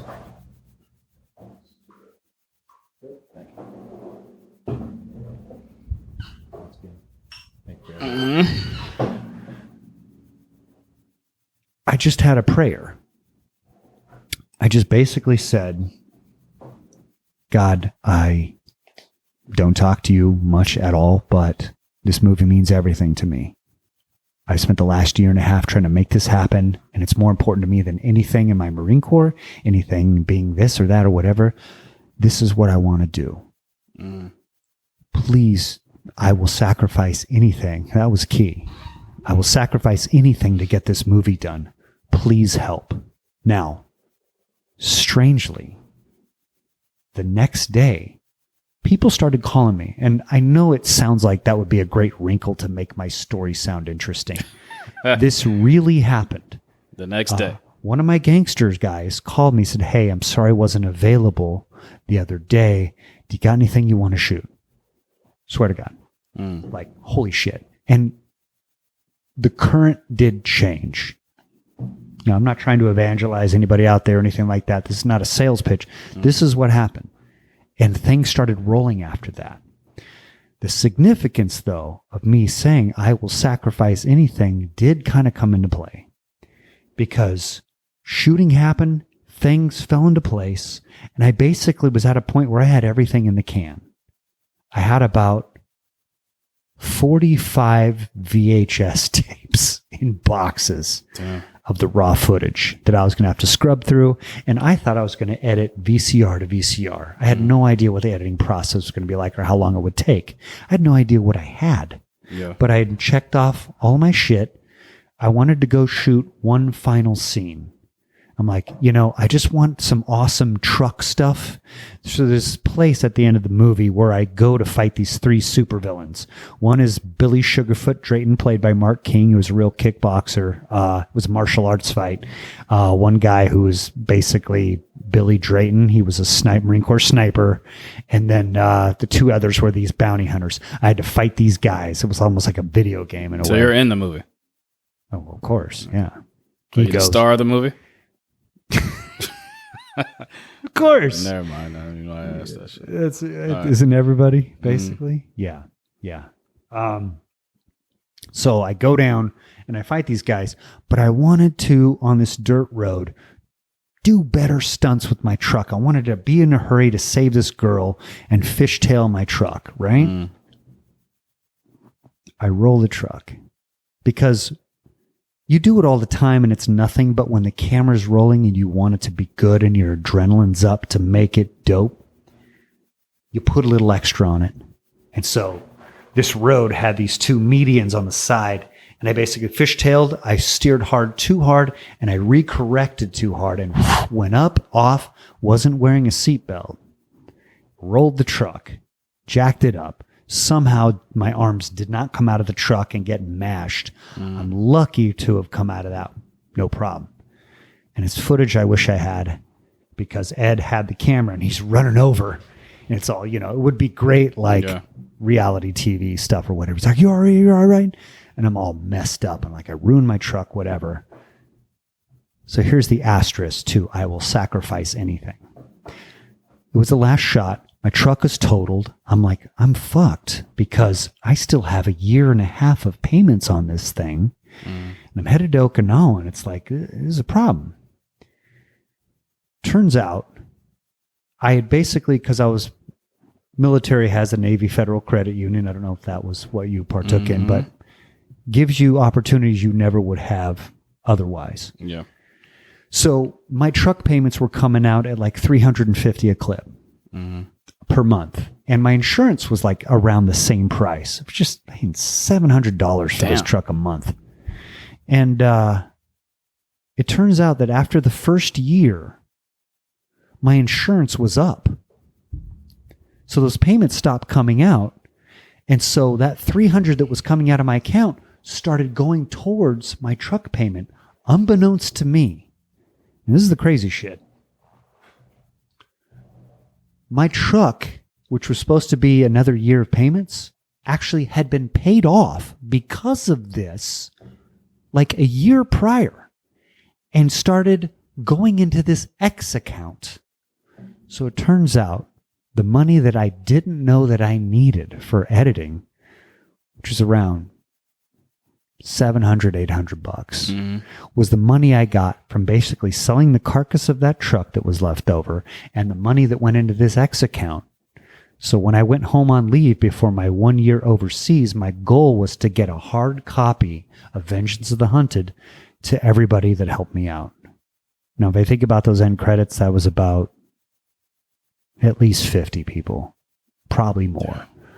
And so that was my mission. That's the one thing I can give you for helping me out is this copy of this unwatchable, god-awful, horrible 2 hours. It was a 2-hour movie? It was a 2-hour movie because I was editing linear. So even though I was editing in a real thing, I didn't think that I had 90 minutes worth. So I included every drive up, every knock on the door, every come in. I never thought to be like, have a scene where it's like, well, we better go check it out. And then we're there. No, we better go check it out. Door open, car, because I didn't know. So I included everything. And so that's what really slowed it down. But it got done. And I basically got out of the core. I want to make movies. This is what I want to do. This is what I'm going to do. What is it about the media and this field that you fell in love with? So like why do you think this is your calling? Okay. So there's a certain joy as a kid when you're playing and you're having fun that I've never really let go of. You know, when you're into that imaginative bubble and you're doing the thing and your mate believe that you're this guy or that guy.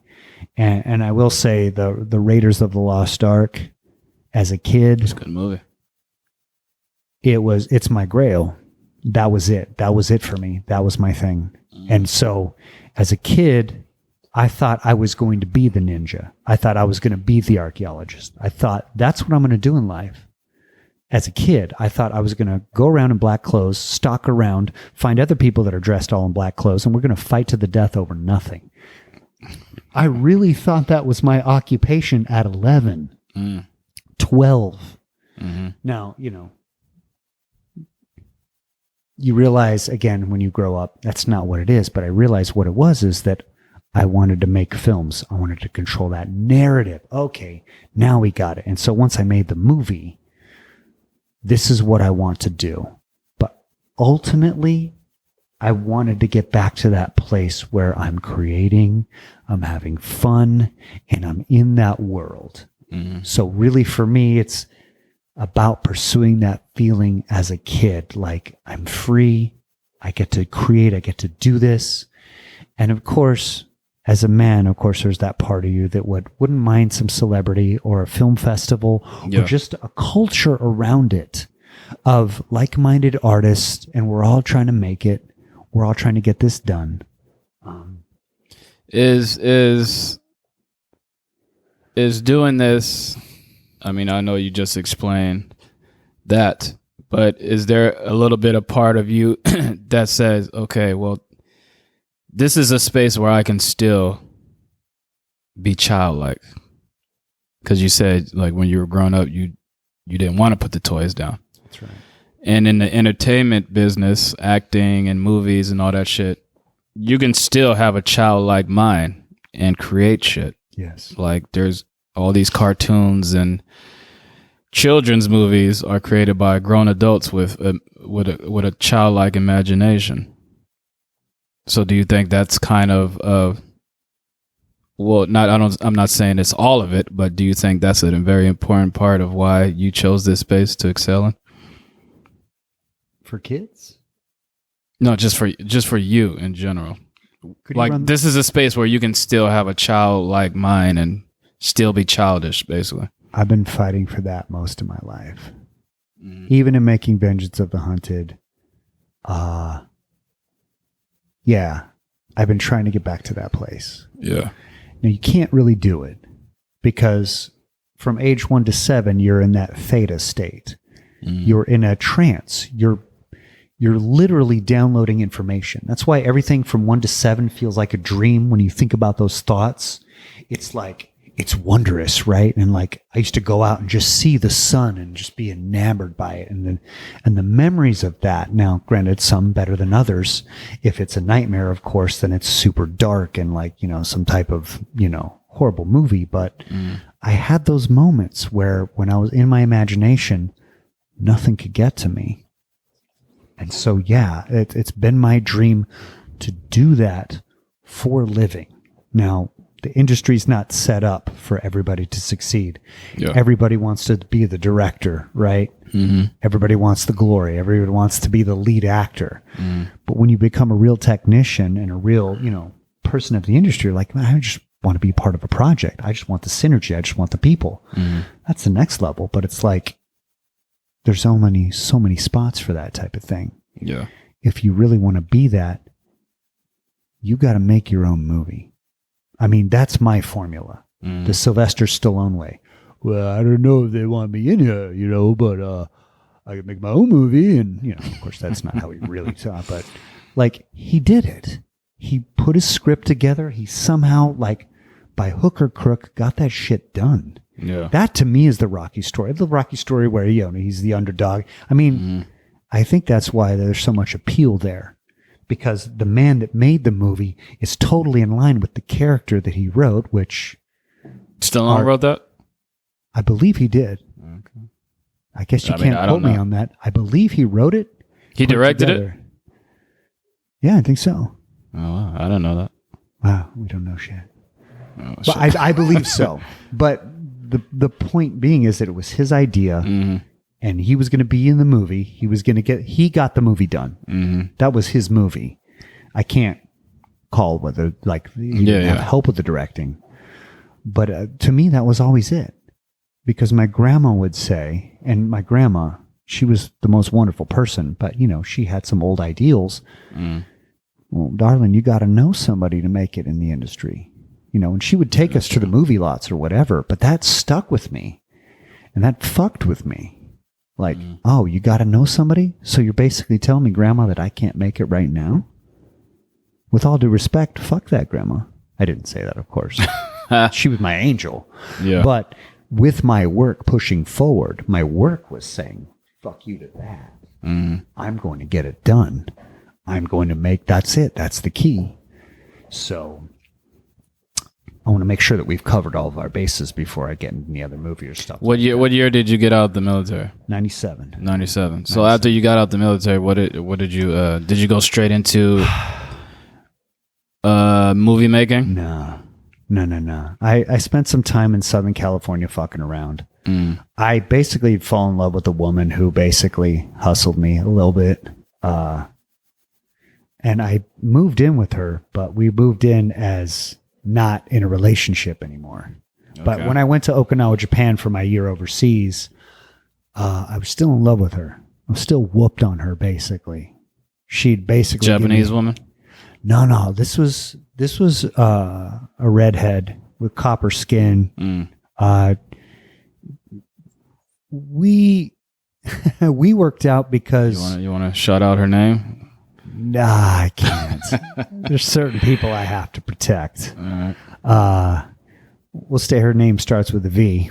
I'll keep it at that. But she was a little older than me, and she basically, if we can enter this arena, she basically brought me along in terms of fully expressing myself in the bedroom and all that type of stuff. Just fully coming around, for lack of a better way to say it. And of course, as a young man, who's not going to get whipped on that? And she, was a good manipulator, and I was a fixer. So we worked out really good because her dysfunction met my dysfunction perfectly, and then you tie sex into all that stuff. So I thought I was in love with her, and I really was, but I was whooped on her. I came back and thought I was going to get back with her, but that wasn't going to be the case.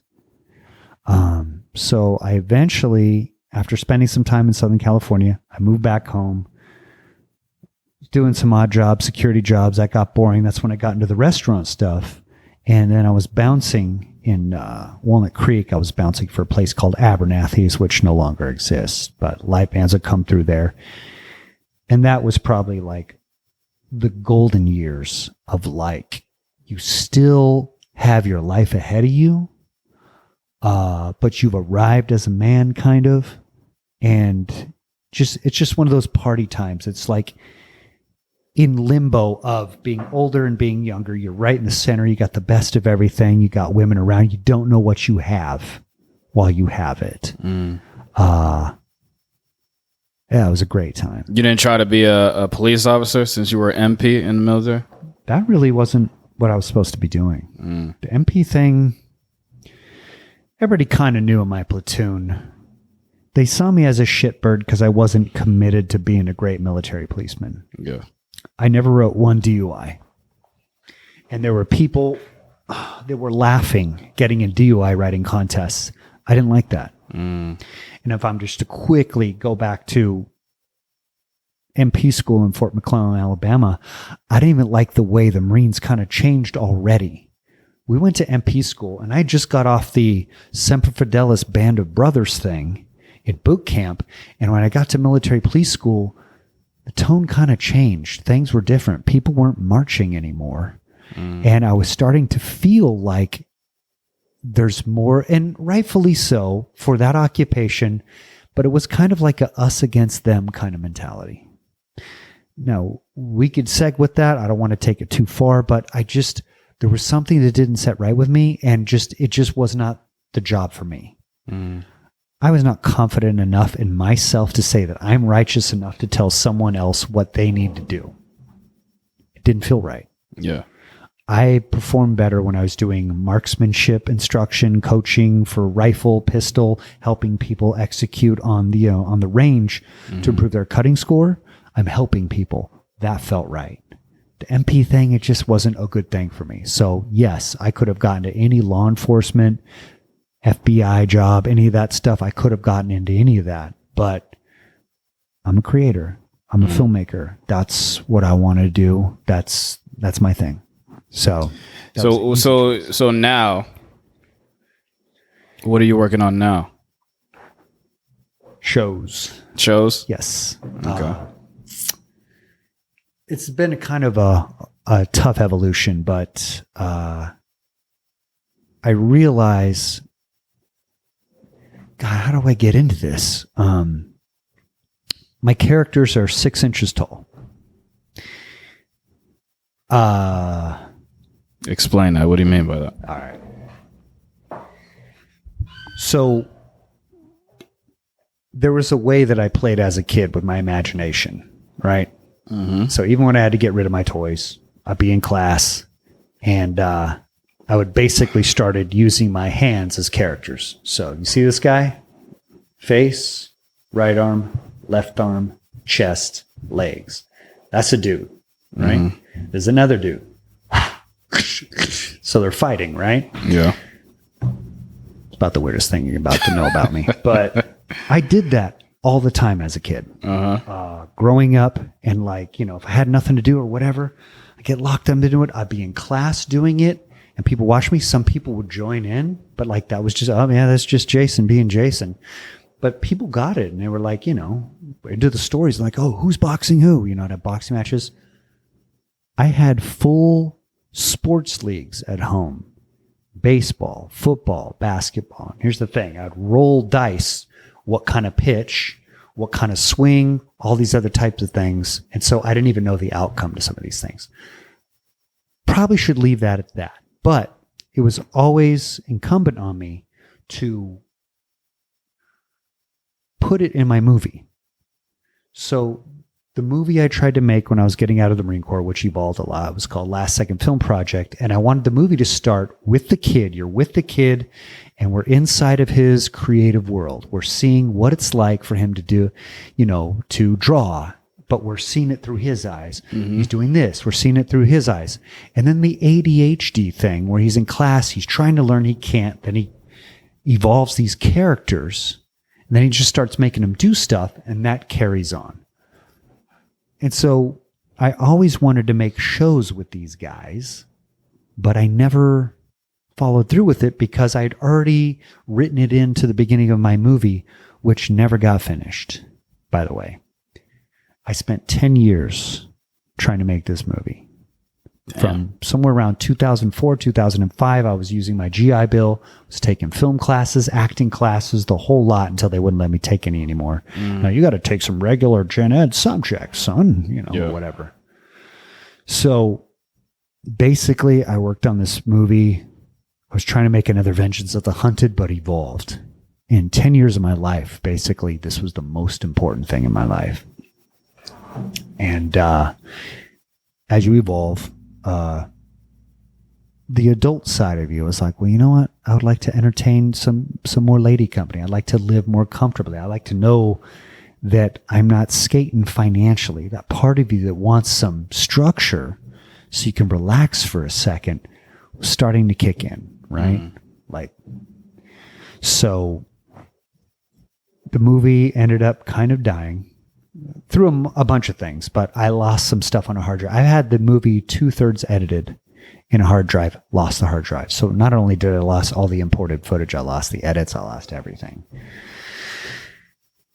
And so I kind of basically was doing other creative ventures along the way. And the movie was always something on the shelf that I was going to come back to and do at some point. We're going to come back, my friends would be like, come on, you want to get, but easier said than done. It's like, I can't go back and live the life that I lived. We need a budget. We need to do it right.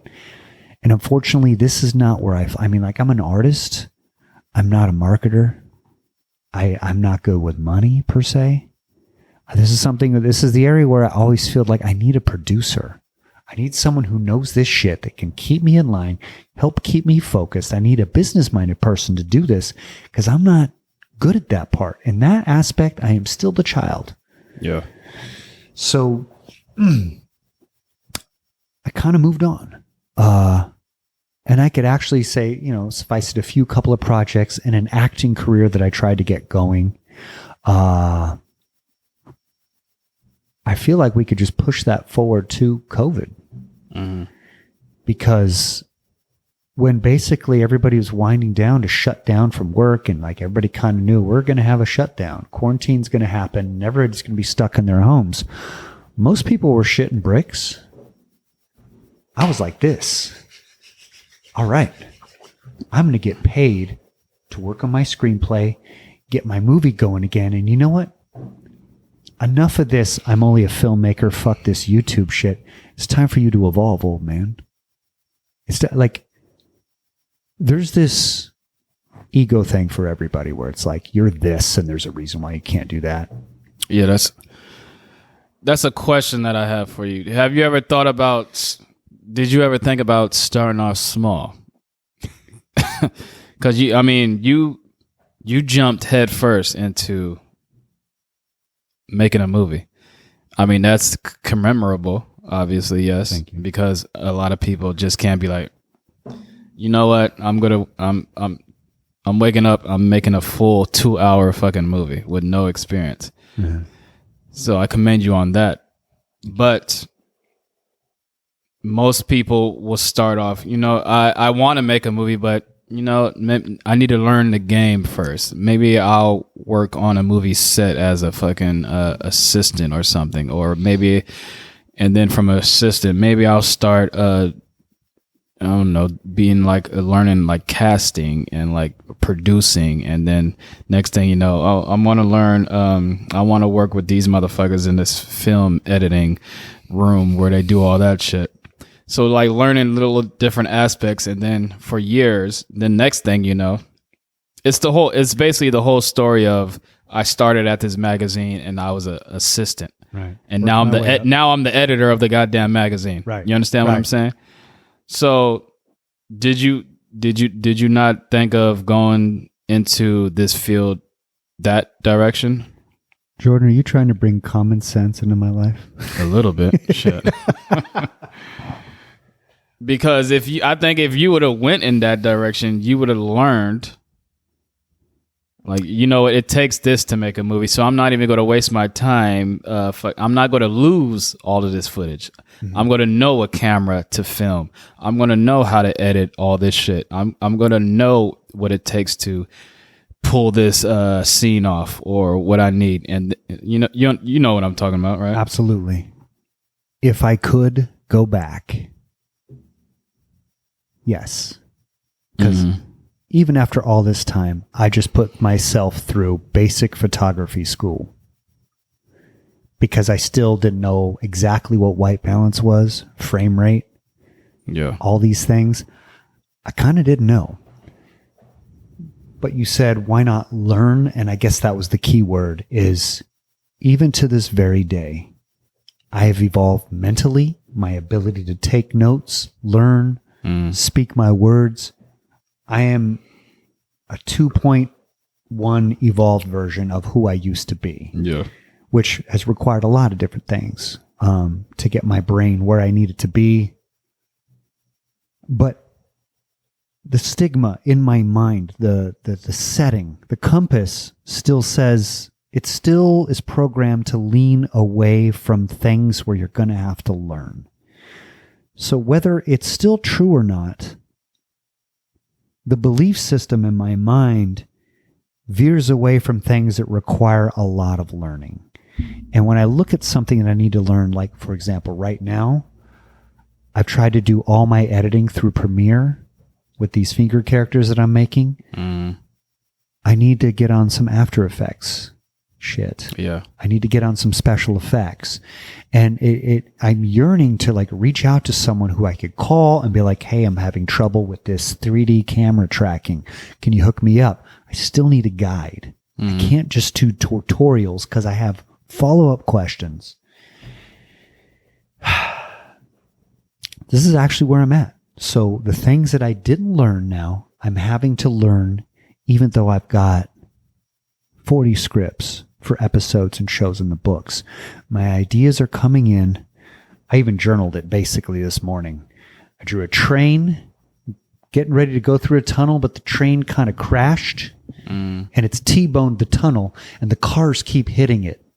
And the cars are my ideas. I'll get a new idea for an episode for a character. And I'll get the inspiration and I'll break off what I'm doing to write it while I have it. And sometimes you just get an idea and I'm like, okay, I'll just keep this on my tablet. Or if it's a more evolved idea, I'll put it into notes in my laptop. Yeah. But if the scenes and everything else is coming to me and the characters, they're starting to talk to me, then I'll go to my screenwriting software and I'm like, okay, we got specifics, we got location that's happening. And it's like, I'm still at the starting line with production. I've been in my studio for a year, building the faces, the clothes, all the stuff, the car, everything, and I'm still doing it. It's a lot of work. Well, I mean, you know you can't do everything yourself, right? I'm sorry? There is no director. You know, you might look at Steven Spielberg and be like, damn, this movie, he made The Color Purple. That movie was amazing. Do you think Steven Spielberg did everything himself? Directors have like 4 or 5 assistant directors, right?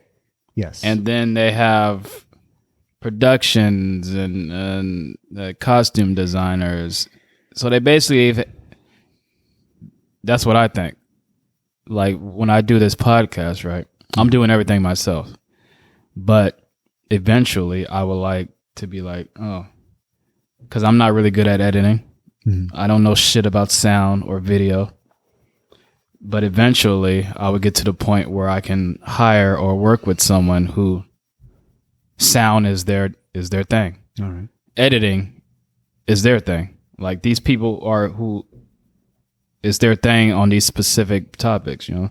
Yes. And then all I got to do is show up and do what I do, which is talk and interview people. Yeah.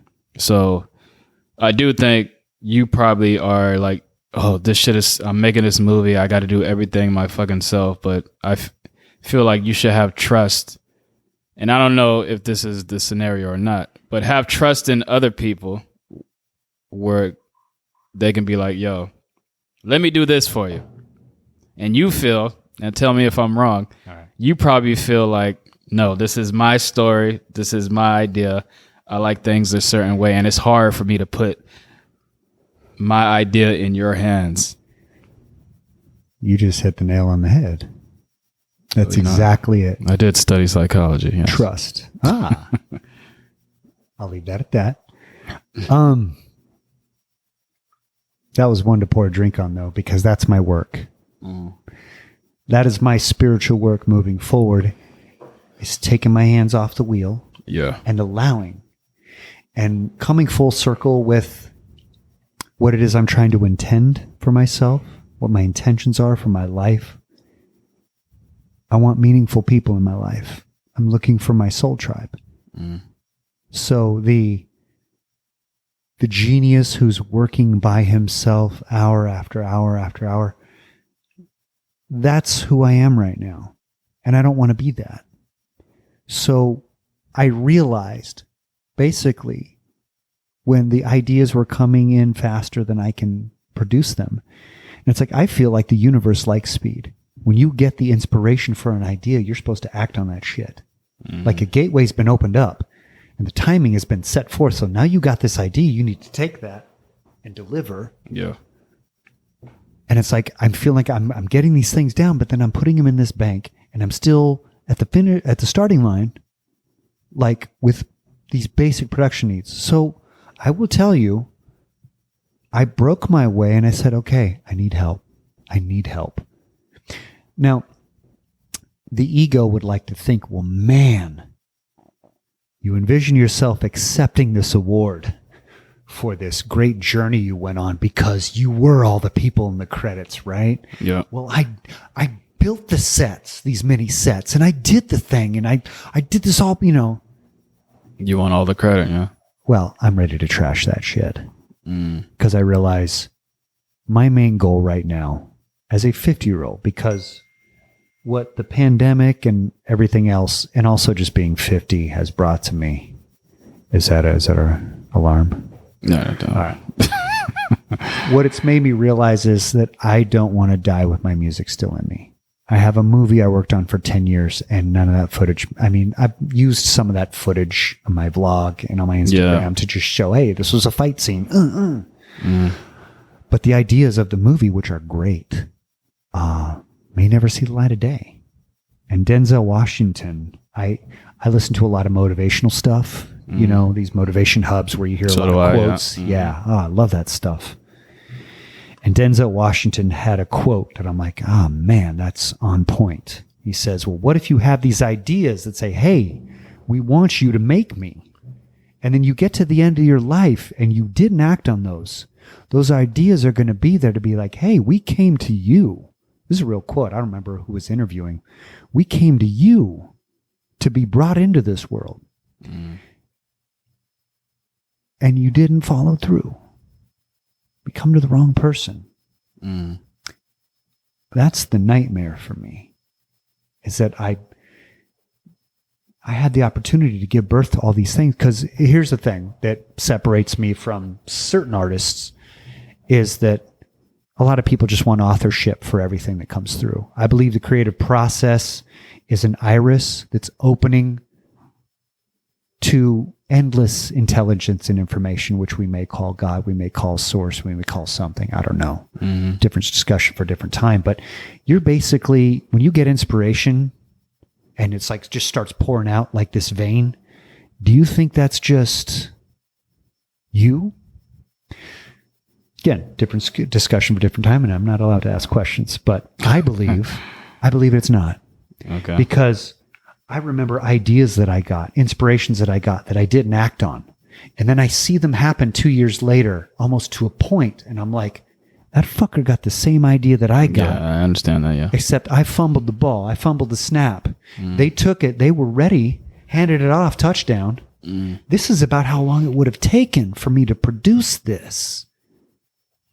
And that pain. Anyways, I don't want to die with my music still in me. I want to get my shit out. This is all I care about. What's the status of this movie that you've been working on for 10 years? Is it still sitting on the shelves or what? I got 90. You just went through this whole speech of not wanting your fucking die with your music. Okay. Don't fucking tell me that it's just still sitting on the shelf. It's still sitting on the shelf. Wow. Okay. I have a dream that with budget, because this is a big action movie with a nice psychological twist. Story's phenomenal. I had 10 years to revise these scripts, basically based on the experiences I was having in my life. Of course, another movie loosely based on me, where I'm the lead character, beating everybody's ass. Actually, I get my ass beat a lot in this movie, but it's not something I can do with no budget anymore. And an interesting thing about that is that you take the reins with an independent project, and maybe I don't believe that it's good enough per se to sell to someone who could make it for the right budget in the system.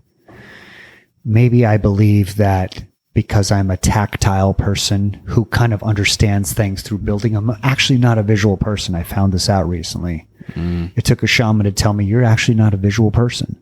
And it wasn't bullshit. It was actually true. I'm like, you're right. I can't pre-visualize. Even when I draw, I kind of try to pre-visualize what I'm drawing, but it kind of just, it has to happen. And then the shapes that I put on the paper kind of tell me where to go with the picture. So it kind of takes on a life of its own. So this is where that whole letting the thing manifest as its own organic cell is like where I can be used in a good way to create, because I'm kind of allowing it to be, and I'm looking to see what this is. And I'm kind of watching this in amazement as it's happening. This isn't me or whatever. So, God damn it, did I lose track? No. I didn't trust that my movie would be good enough unless I made it, because I didn't know how to write a script correctly in terms of industry standards. Then I'm going to leave that to them to steal my idea? No. I don't know how to storyboard. I mean, I'm a good storyboard artist, but my storyboards may not be on par with the way they do it in the industry. So maybe it's almost like the incompletion of all my technical proficiency in all these areas. Because I did it for my movie. I would write a script the way you wouldn't write a script, right? In the details, right? The heading before you get into the dialogue, you have the, here, day, dispatch, we're at a warehouse where blah, blah, blah. You're not supposed to stay specifics. You're not supposed to say specific stuff like we pan around to see this over the shoulder. You're not supposed to do that. But because I already know I'm shooting it, I'm leaving that for myself. So that's just an example of, I don't think any of the things that I've developed as skills are ready for industry per se. So it just feels like I'm supposed to make this movie. Yeah. Yeah, I don't know anything about the process of writing a script, but there's a movie on Netflix about, I mean, I'm pretty sure you know that you've seen The Godfather, right? Yes. There's a movie on Netflix about the person who wrote, who created The Godfather, who wrote like the script and presented. So basically, he came up with this script, which was The Godfather series, and then he was shopping it around. No one believed in him. No one wanted to make that movie. And well, I didn't watch the movie on Netflix, but this is what the movie is about. It's basically his journey of trying to get this movie made. And he had to go to the mafia to get the movie made. He had to go to the because the Italians didn't want it, because obviously they didn't want to be portrayed in that light, and they were trying to kill this guy for trying to get this movie made. And then he had to talk to somebody and go to the mafia to get the funding or blah blah blah to make this movie. And then next thing you know, The Godfather is a cult classic. Well, The Godfather wasn't Scorsese, right? It was the other guy, the American Zoetrope guy. I can't think of his name right now. I don't. But damn. But yeah, the movie is on Netflix. Now, I didn't watch the movie. I mean, I obviously had planned to, but the only reason I bring this up is because it reminded me of what you were just talking about, like your struggles of getting movies made. And the reason I say that is because everything, like, you can just look around and everything starts with a dream, right? Apple, the most successful company in the world, started with a dream. Amazon, Jeff Bezos started with a dream in a garage, believe it or not. If you look at old pictures of Jeff Bezos when he first started, he started Amazon in his fucking garage. Now this man is like one of the top 5 most wealthiest men in the world. Fucking Ferrari, Ford. These cars are named after people. It started with a dream. You know what I'm saying? So everything starts with a dream, and then you can hear a bunch of no's. You can hear no, no, no, no, no. It's just like if a young man goes to a club and he approaches 10 girls, and those 10 girls say, "No, get out of my face." Right. And then the club is closing, and you're walking out, and there's that one girl. who will say yes to you as you're walking out. And then you go home with her. I don't want to put girls with dreams in the same boat, but you understand what I'm saying. Yeah, they're actually all it takes. Everything starts with a dream. Yes, and then if you have determination, drive, people will eventually notice. So, like you said, you were hearing all these no's, and then you're like you didn't have confidence, but you don't know who's watching.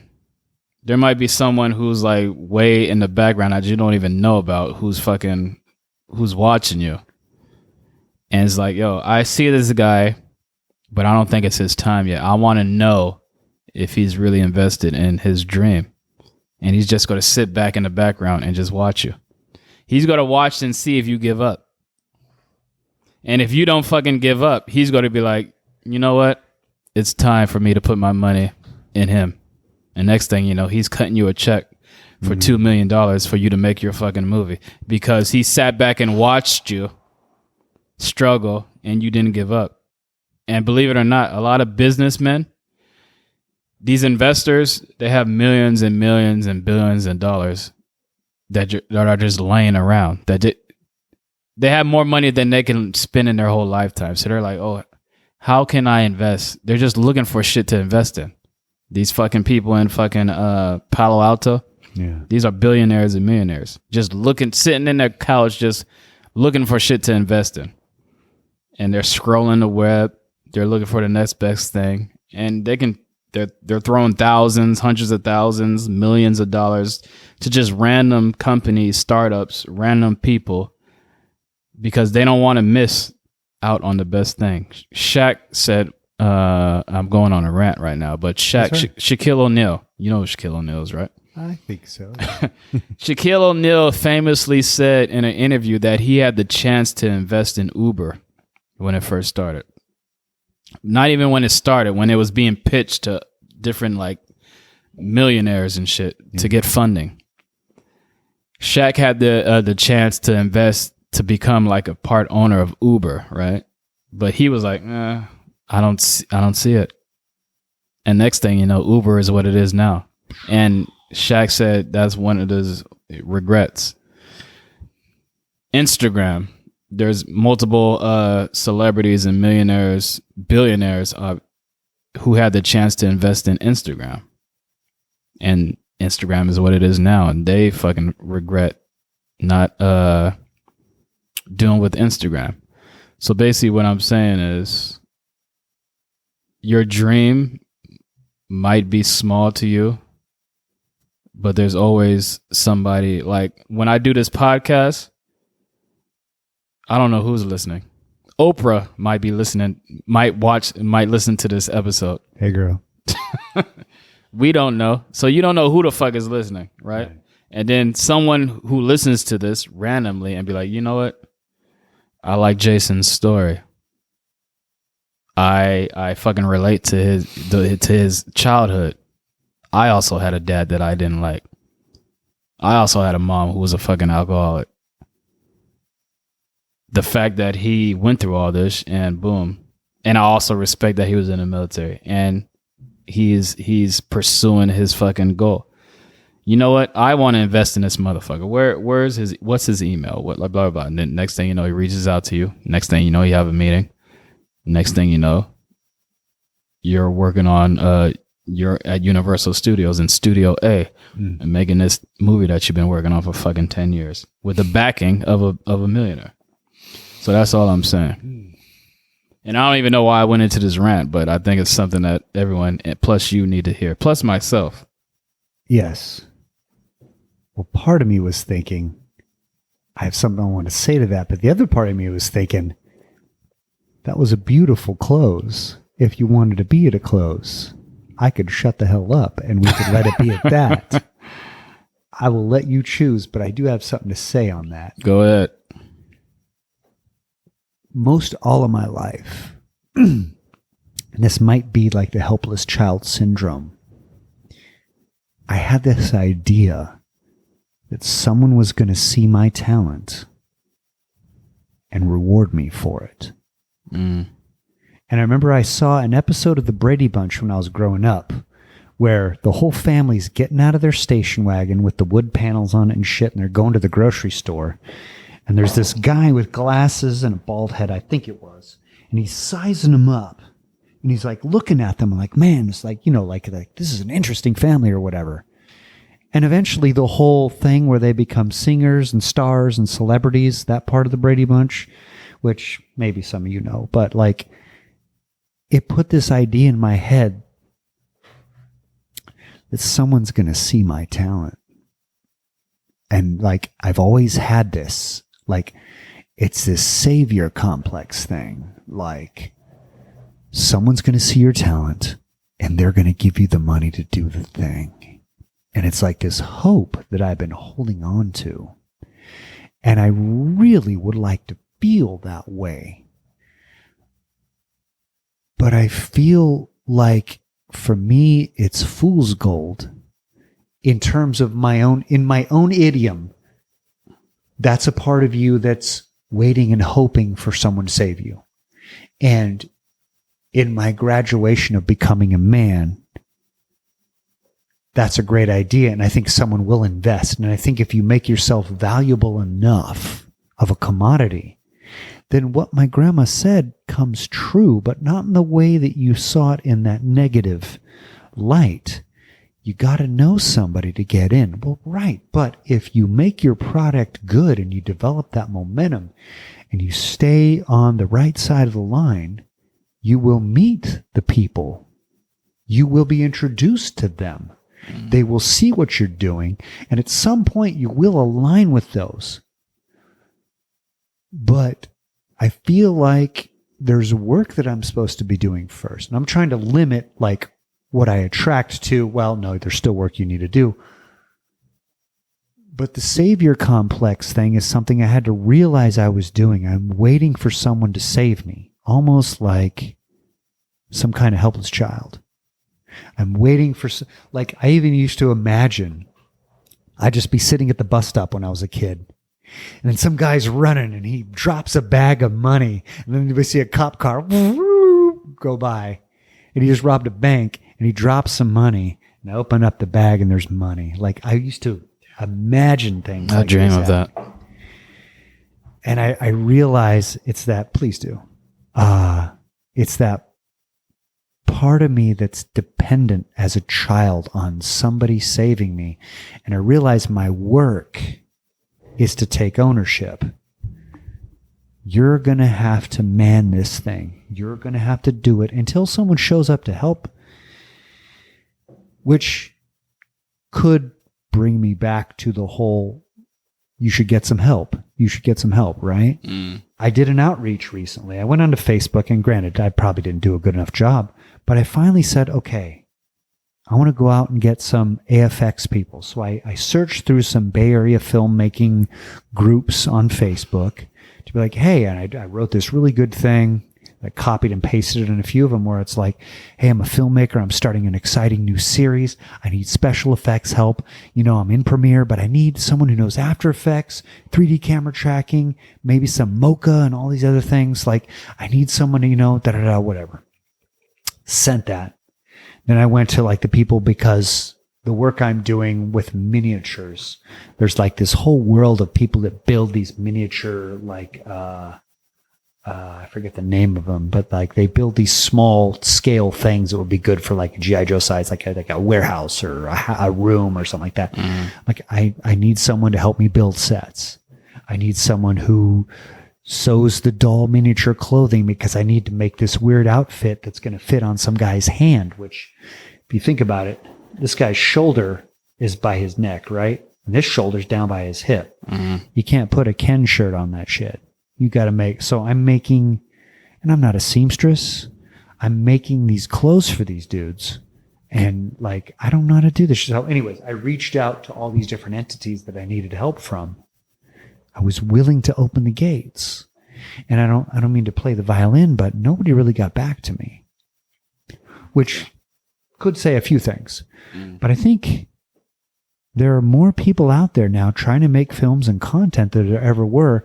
And there's less people sitting on the sidelines. It's almost like if you do VFX, you've got your own channel. You got your own work. I don't think anybody's sitting on the sidelines anymore. I think there is more competition now than there's ever been. I don't think so. Okay. I think it seems like that. Okay. But see, this is my thing. When all this COVID shit happened, right? Everyone was making content. Everyone was popping up with a podcast. Yeah. All these, even celebrities left and right, popping up with a podcast, right? That's right. But a lot of people didn't realize, because people think, a podcast, you just sit down and fucking talk. But there's a lot of shit that goes into a podcast. First of all, you got to know what type of equipment you have. You need software, lighting, and fucking video. A lot of people don't know that you have to pay to have your podcast distributed to all these different platforms, and that's like a monthly cost. So there's a lot of things that go into podcasting, and then you got to be entertaining. You got to be able to talk. So a lot of people misjudge podcasting, and I'm just talking about podcasting as an example. So a lot of people started podcasts, and then a few months go by, and then they stop because they realize how hard it is. You have to do podcasts every week. You have to get guests every week, scheduling. You got to do everything. So a lot of people didn't realize that, and then they start podcasts thinking it was easy, and the next thing you know, 3, 4, or 5 episodes in, their podcast is over. Done. So I think it started off with a lot of competition, but then if you start off, and if this is like your dream, all you got to do is just like fucking keep doing it, basically. Because people are just going to fall off once they realize how hard the climb is. They think everyone is just going to like, boom, shoot straight up to the top. But no, you got to go through, like Frederick Douglass said this famous quote, without no struggle, there's no progress. So the climb, that's the climb. You're going to have to go through all this shit. There's learning. You're going to fail over and over and over. Fail. And that when you fail, you're going to learn. Like, oh, I failed. I learned that mistake. Now I'm not going to make that mistake anymore. Oh, now I learned this other mistake. I'm not going to make that mistake anymore. Right? Right. So you're failing, and you're learning. And then it's the climb. Then next thing you know, you're on fucking top. But a lot of people nowadays, and it comes to another conversation about millennials. But we're not going to get into that. But a lot of people nowadays just think everything is so easy. Mm-hmm. And you can tie that into like sports and the whole fucking LeBron versus Michael Jordan debate. Oh, Jordan, there was a struggle. He went through the Detroit Pistons, getting beat up left and right before he accomplished the first championship. But then LeBron just hopped on a super team. Don't tempt me with that conversation. So that's a conversation. But basically, you understand what I'm saying, right? Yes, Jordan is the GOAT. Yes, I totally understand. Yeah. But you understand. No, I absolutely understand. Yeah, exactly. Yes. I think river rocks are beautiful. River stones. They're beautifully smooth objects. Well, how did this happen? This happened through the attrition of millions of years of those things beating up on each other as the water's pushing them through. They didn't start as these beautiful, smooth stones. Mm-hmm. That was all through the chaos of them failing and hitting and boom, over and over again. That's how they got that. I guess that's an illustration that I think I like, because they became beautiful through attrition, through failure. I am not a musician, but when I opened my iris and ideas were coming through, a couple of songs came to me, and one of them is kind of about that. Basically, you can't, first of all, it's all you. It's you and only you. I do speak to people taking ownership, not being a victim, because if you're being a victim, you're not taking responsibility for your life. But the other part is basically, you can't succeed if you don't fail. And I think people fear and misunderstand not failure necessarily, but pain, because failure is a word that we kind of impose on things, and it's basically based on perspective of what a failure or a success is. Mm-hmm. But pain, people don't want to feel pain. In fact, in our physiology, our fight or flight also does not want to feel pain. It wants to avoid pain. Yeah. It's trying to survive. And so it's protecting itself. Yet, in this society where things are set up, if you want to succeed, it's only on the other side of pain and fear that you can have paradise. And that's where our work is. But people, the victory is like icing on the cake. It's delicious. It tastes great, but it does nothing for you. In fact, it's some people's downfall because they expected a victory to be all these things. It's attrition. It's hard work. I feel the people that were born into unfortunate situations actually have a jump on people that were born into situations where everything's given to them. Granted, we could have that argument because, yes, well, they have money, they have these things, and a lot of these people are fucking miserable because they've never had the attrition. But the people who are born into a certain situation where things are hitting them or whatever, they're stronger. They're better. I listen to a lot of E.T. too.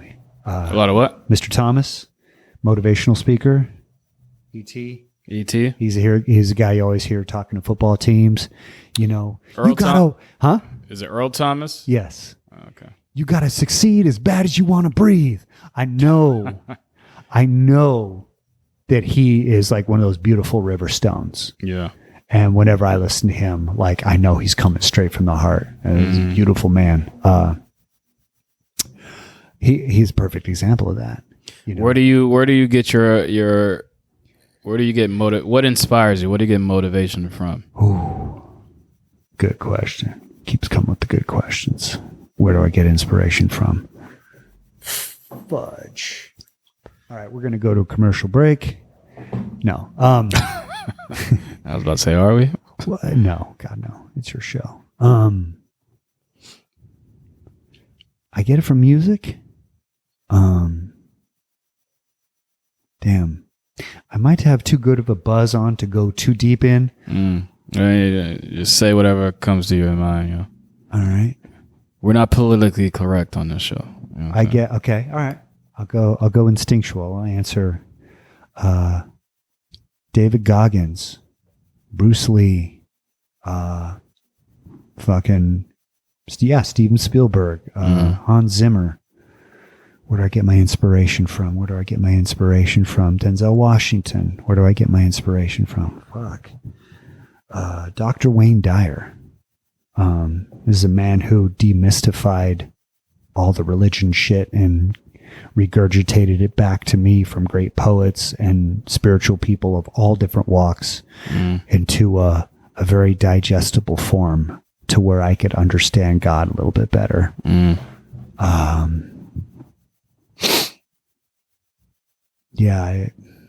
So you named a couple of people, and I'm pretty sure the reason you get inspiration from Bruce Lee is different from the inspiration you get from Denzel Washington. But is there anything that's similar with all of those men that you can name? Ooh. What similarities do all of these characters have? That's why is the reason why you named these specific people. Character through attrition.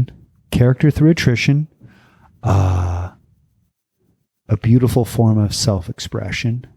And I guess the self-expression is the foundation of their self-expression is unique in their own way, but it's based on hard work, belief, and a vision. David Goggins had a vision. He was up against himself. He was a guy. I don't know who David Goggins is. Who is that? David Goggins is a Navy SEAL. Is it that black guy who's bald? Yes. Okay, yeah. Yes. I see him on YouTube. Okay. Right. He's like the fuck you. He put the FU back in fun in terms of motivation. It's like it's all hardcore. It's too hardcore for some people. But he's basically like, fuck people. They don't know. You gotta, it's all about, I'm up here at 4 a.m. Nobody here this way. There's nobody here this way. He's just up for the fight, wherever the fight's going to happen, and a lot of it's about just running. And, he talks about how he's training marathons, how his, shins were all busted up and he just duct taped them together. Like just, if you want hardcore mental, like you may have heard him on some of these motivational mixes and not even known it. I've seen him on Rogan that's how I know him. Oh, okay. Yeah. I mean, that's an extreme. Yeah. But it's like when I'm really feeling it and I really don't want to do it, I try to access a David Goggins like type of drill instructor part in my head. And that one is a little bit abusive. That's the voice that says, get the fuck up, pussy. Yeah. It talks shit. It talks shit. It's kind of like, linked to my demons a little bit. They talk shit. They, push me around because like the other guys aren't working.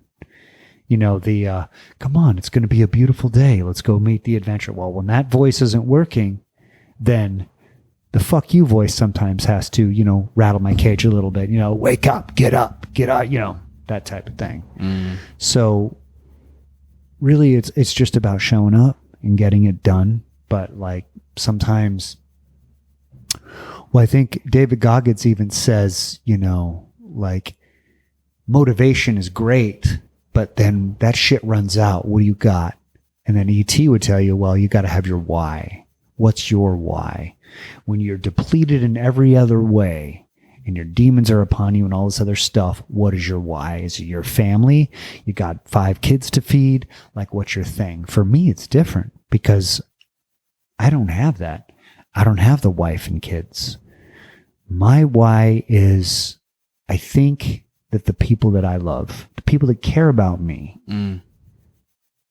and this is probably wrong because they all love me and they're proud of me and they love the person I've become in pursuit of all the things. But I feel like if I died tomorrow and they had to go through all of my shit and look at all of my written ideas and all these drawings and all these things that I have, to be like everything he had was invested in making this dream of having his little shows and his series done, and that I didn't really arrive. Because technically as an artist, you could say based on perspective, a convenient perspective, I am successful. Right now, I have freedom that most people don't to create my shit, to work on my stuff. Yeah. Thank God. But I want to arrive. I want a contract. I do want these things. And with the invocation of wanting these things, I am going to suffer and struggle because every morning I'm going to wake up and that comfort zone is going to want to say, you've done enough. Go to the cafe, grab a cup of coffee. We'll still work on scripts, but go hang out, go be with people. When really what I should be doing is going to the workshop and building some shit and getting some shit done.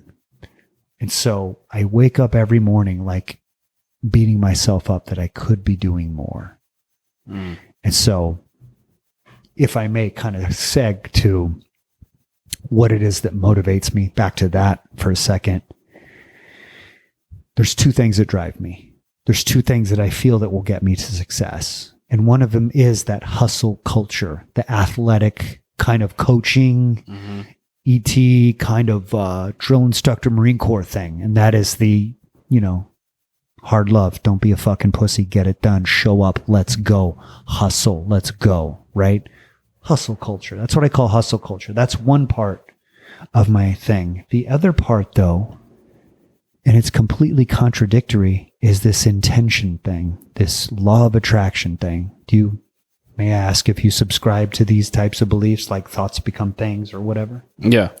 Okay. Of course. I also subscribe to that. Not everybody does, though. But I fully do. And so that belief system, of course, says, fake it till you make it. Or, if you really want to receive the things that you've asked for, you got to already appropriate the beliefs and the feelings and the visions and all the stuff. Convince yourself that you already have it. See the wood paneling on the steering wheel of the boat. Fuck it. The boat. Why not? Don't be limited, right? The universe has no limitations. See the house that you have. See the wooden posts going across the ceiling and, the marble fucking, see all the stuff. And then feel that shit. And then be excited. And then sit up in your car and look in your rearview mirror and smile as people look at you like you're insane when they're driving by. You don't give a fuck because you're feeling like you're already there, right? So these two things conflict with each other. Trying to be at peace and realizing that there's plenty of people that work their asses off and don't get shit because their belief systems tell them, you're never going to make it, or, whatever the belief system that's stuck in their subconscious just says you're not going to have money, or whatever the fucking thing is. And they work their asses off, but they stay in the same place, stay in the same port, basically. So I know that there's some surrender in that. You can't just work the thing. You got to also have this intention side lined up right. You got to start visualizing yourself doing all these things. I feel like there's in my life, there's this it's like a boat. It's just rocking back and forth. Sometimes the boat's rocking towards, okay, we got to work our asses off, because you can intend all the fuck you want. But my goal is to have successful television shows that want to get picked up, right? What do I have to show for this? Well, I got to make the shows to sell the shows. So you can have so much of this happy horse shit, intention stuff, but if you haven't done the work, you got to do the work. So anyways, that's actually truly, I don't know how to say if that's what motivates me. I believe this is the formula of success, is that just balancing this thing back and forth. Yeah. We got hard work your ass off. However, stop for a second, surrender, put your fucking tools down, take a second to breathe, probably away from the mic too much, but allow yourself to breathe and just visualize it as if it's already happening. I've been working on this shit. Every once in a while I can get there. And then they say the whole trick of it is, well, okay, you don't necessarily have the material, tangible stuff to coincide with it, but if you can get to the place where you feel the same exact way you would if you had the shit, you're already there, man. You got it, right? So I'm not trying to come like Dr. Phil or, whatever. Well, you did. But yeah, I mean, that's good. I mean, well, the formula to success is something that no one knows, because every person's path to success is different. So there is no actual real formula, because if there was, more people will find success. Yes? Yes. Exactly. Is that a drum machine? Is that a what? Is that a drum? You make music with that? No, that's a mixer. Oh, those aren't the hot keys where you go. No, that's a okay. That is a fancier version of what's in this computer. Oh, gotcha. Oh, that's a Rode. Damn, what is it? It's a Rode. That's a Zoom digital recorder. Yeah, that's a Zoom H6, and that's a mixer basically. Got you. So if you were recording with your laptop, you'll go through that into your... No, I don't need... If I was using that, I won't need the laptop. Oh, got you. Oh, okay. But that's a fancier thing. Nice. That's what I use for this couch sit. Right on. Okay. But anyway. Sorry. Yeah. I see. All right, so this is my last question. Yes, sir. This was an amazing conversation. Yeah, it's the whole point of this podcast is basically what defines this conversation that we just had. you will never know how crazy a person, or how, not even how crazy, but how interesting a person is, a stranger's life is, until you just talk to them. And me learning about your life, your upbringing, and what you went through, I mean, gave me motivation. I mean, I feel like this is like a fucking motivational podcast. But my last question to you, sir, is, yes, if you were to die tomorrow, would you be satisfied with the life that you lived so far?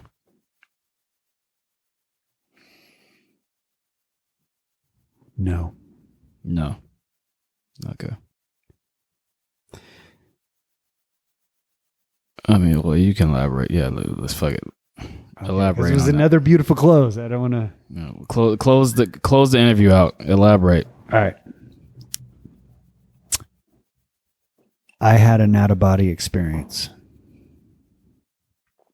And Jason, stay on subject, motherfucker. Stay I did. I am. All right, go ahead. Let me show you how. I had an out-of-body experience. I crashed my bike at night. Jacked on my head. I was out for 3 hours, dislocated my shoulder, and I was in a place. Mm-hmm. I was in an in-between place. Some people call it an exit point. And in this place, there was something that I was aware was a form of intelligence, which didn't need to speak words to communicate with me. And I was aware that was there. I remember colors of yellow and orange. I also realized that time did not exist here. Like, it was infinite, right? I was aware of myself. I was aware that I'd been in an accident. And I basically feel strongly that it was imposed to me, like, well, not imposed, but it was brought to me like, you have a choice. Do you want to go back to your life, or you can stay here? It's all good. And I basically had a knowing at that moment that if I came back to my life and lived another 50 years in a wheelchair or whatever, that I knew I was coming back to that place.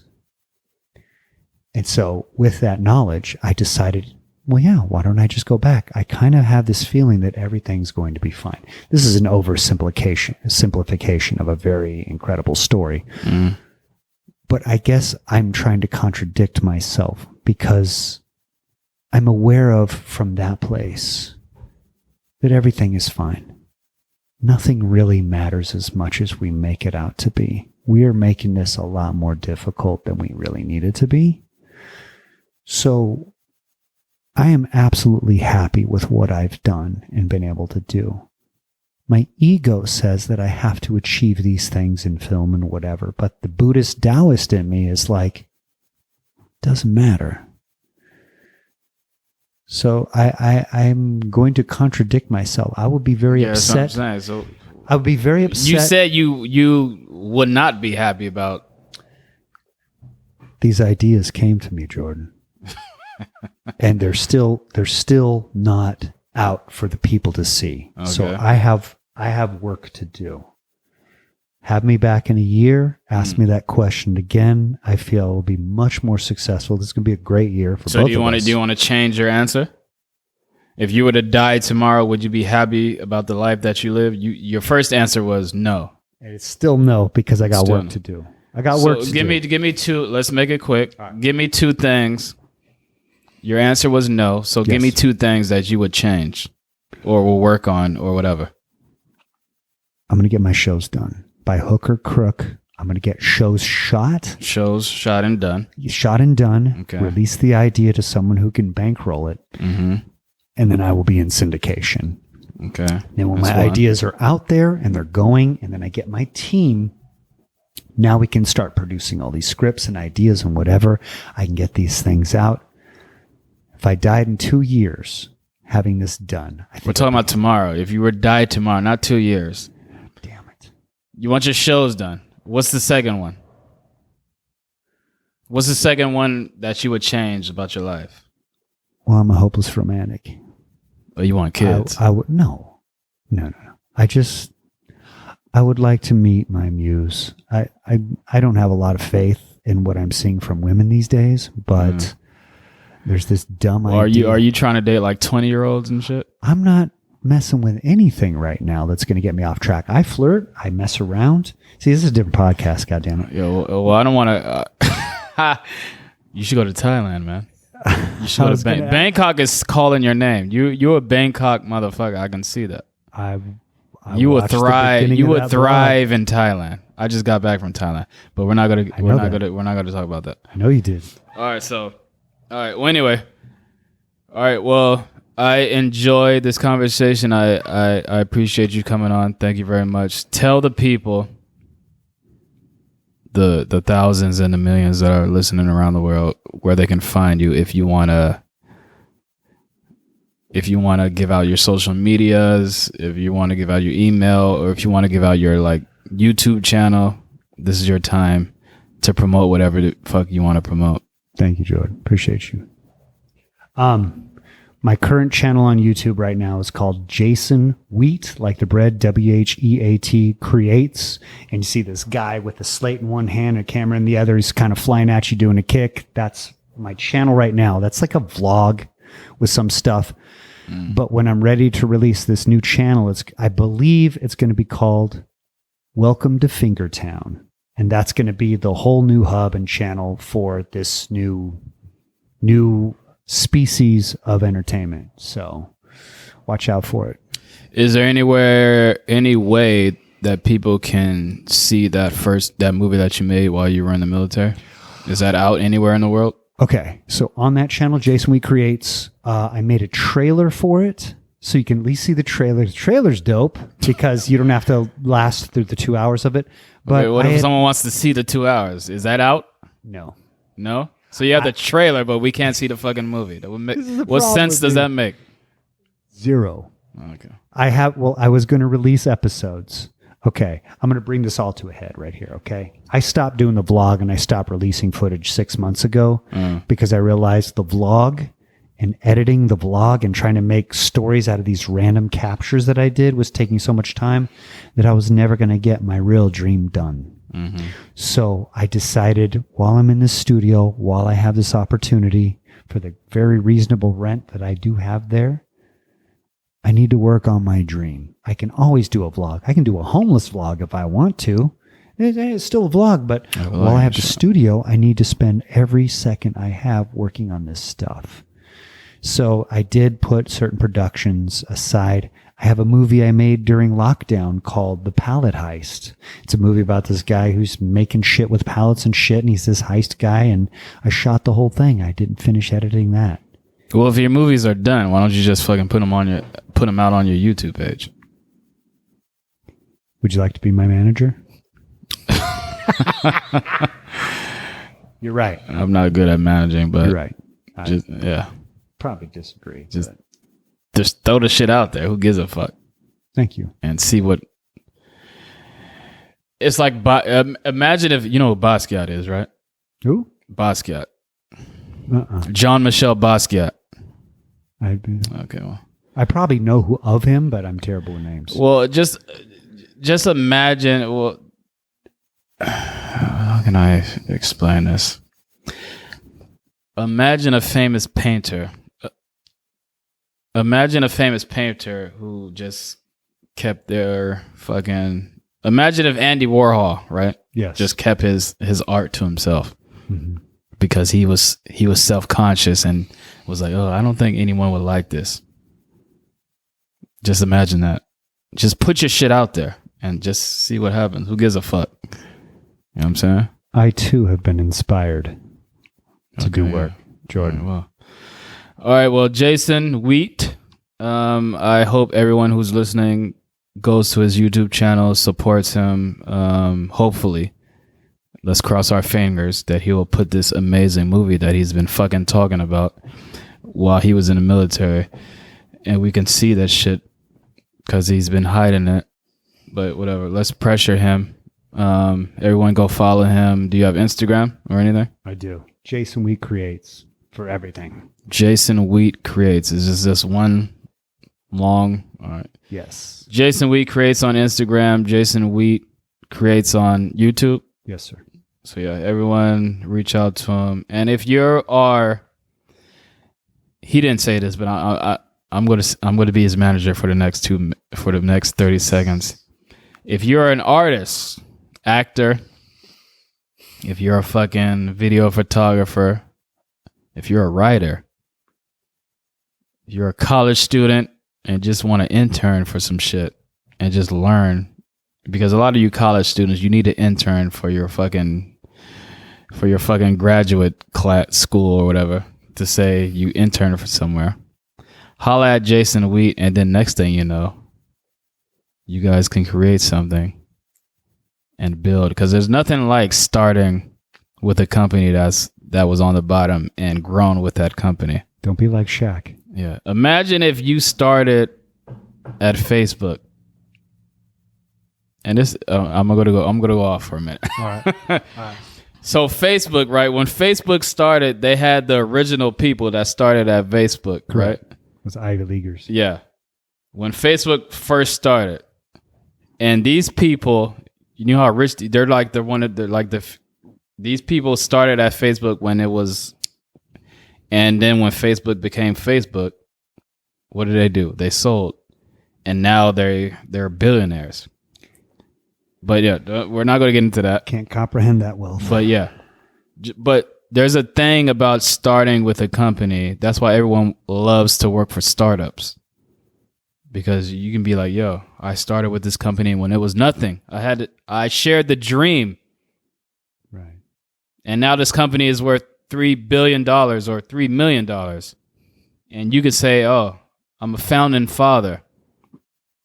But yeah, this fucking, what is this? Proper number 12 that Jason brought is Irish getting to whiskey. me. So I'm ranting. But That's right. Jason, I appreciate you, man.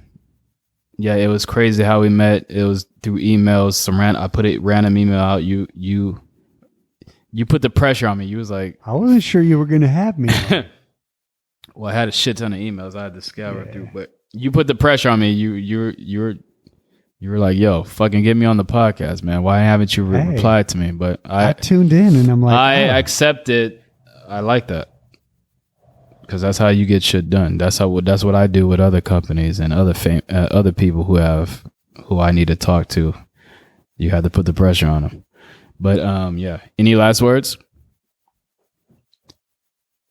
Thank you for having me on the Everyday Celebrity Podcast. I've wanted to be on here for a while now, and I appreciate you, Jordan. You've been better in person than you've been in my imagination of being here. I'm really happy I made it.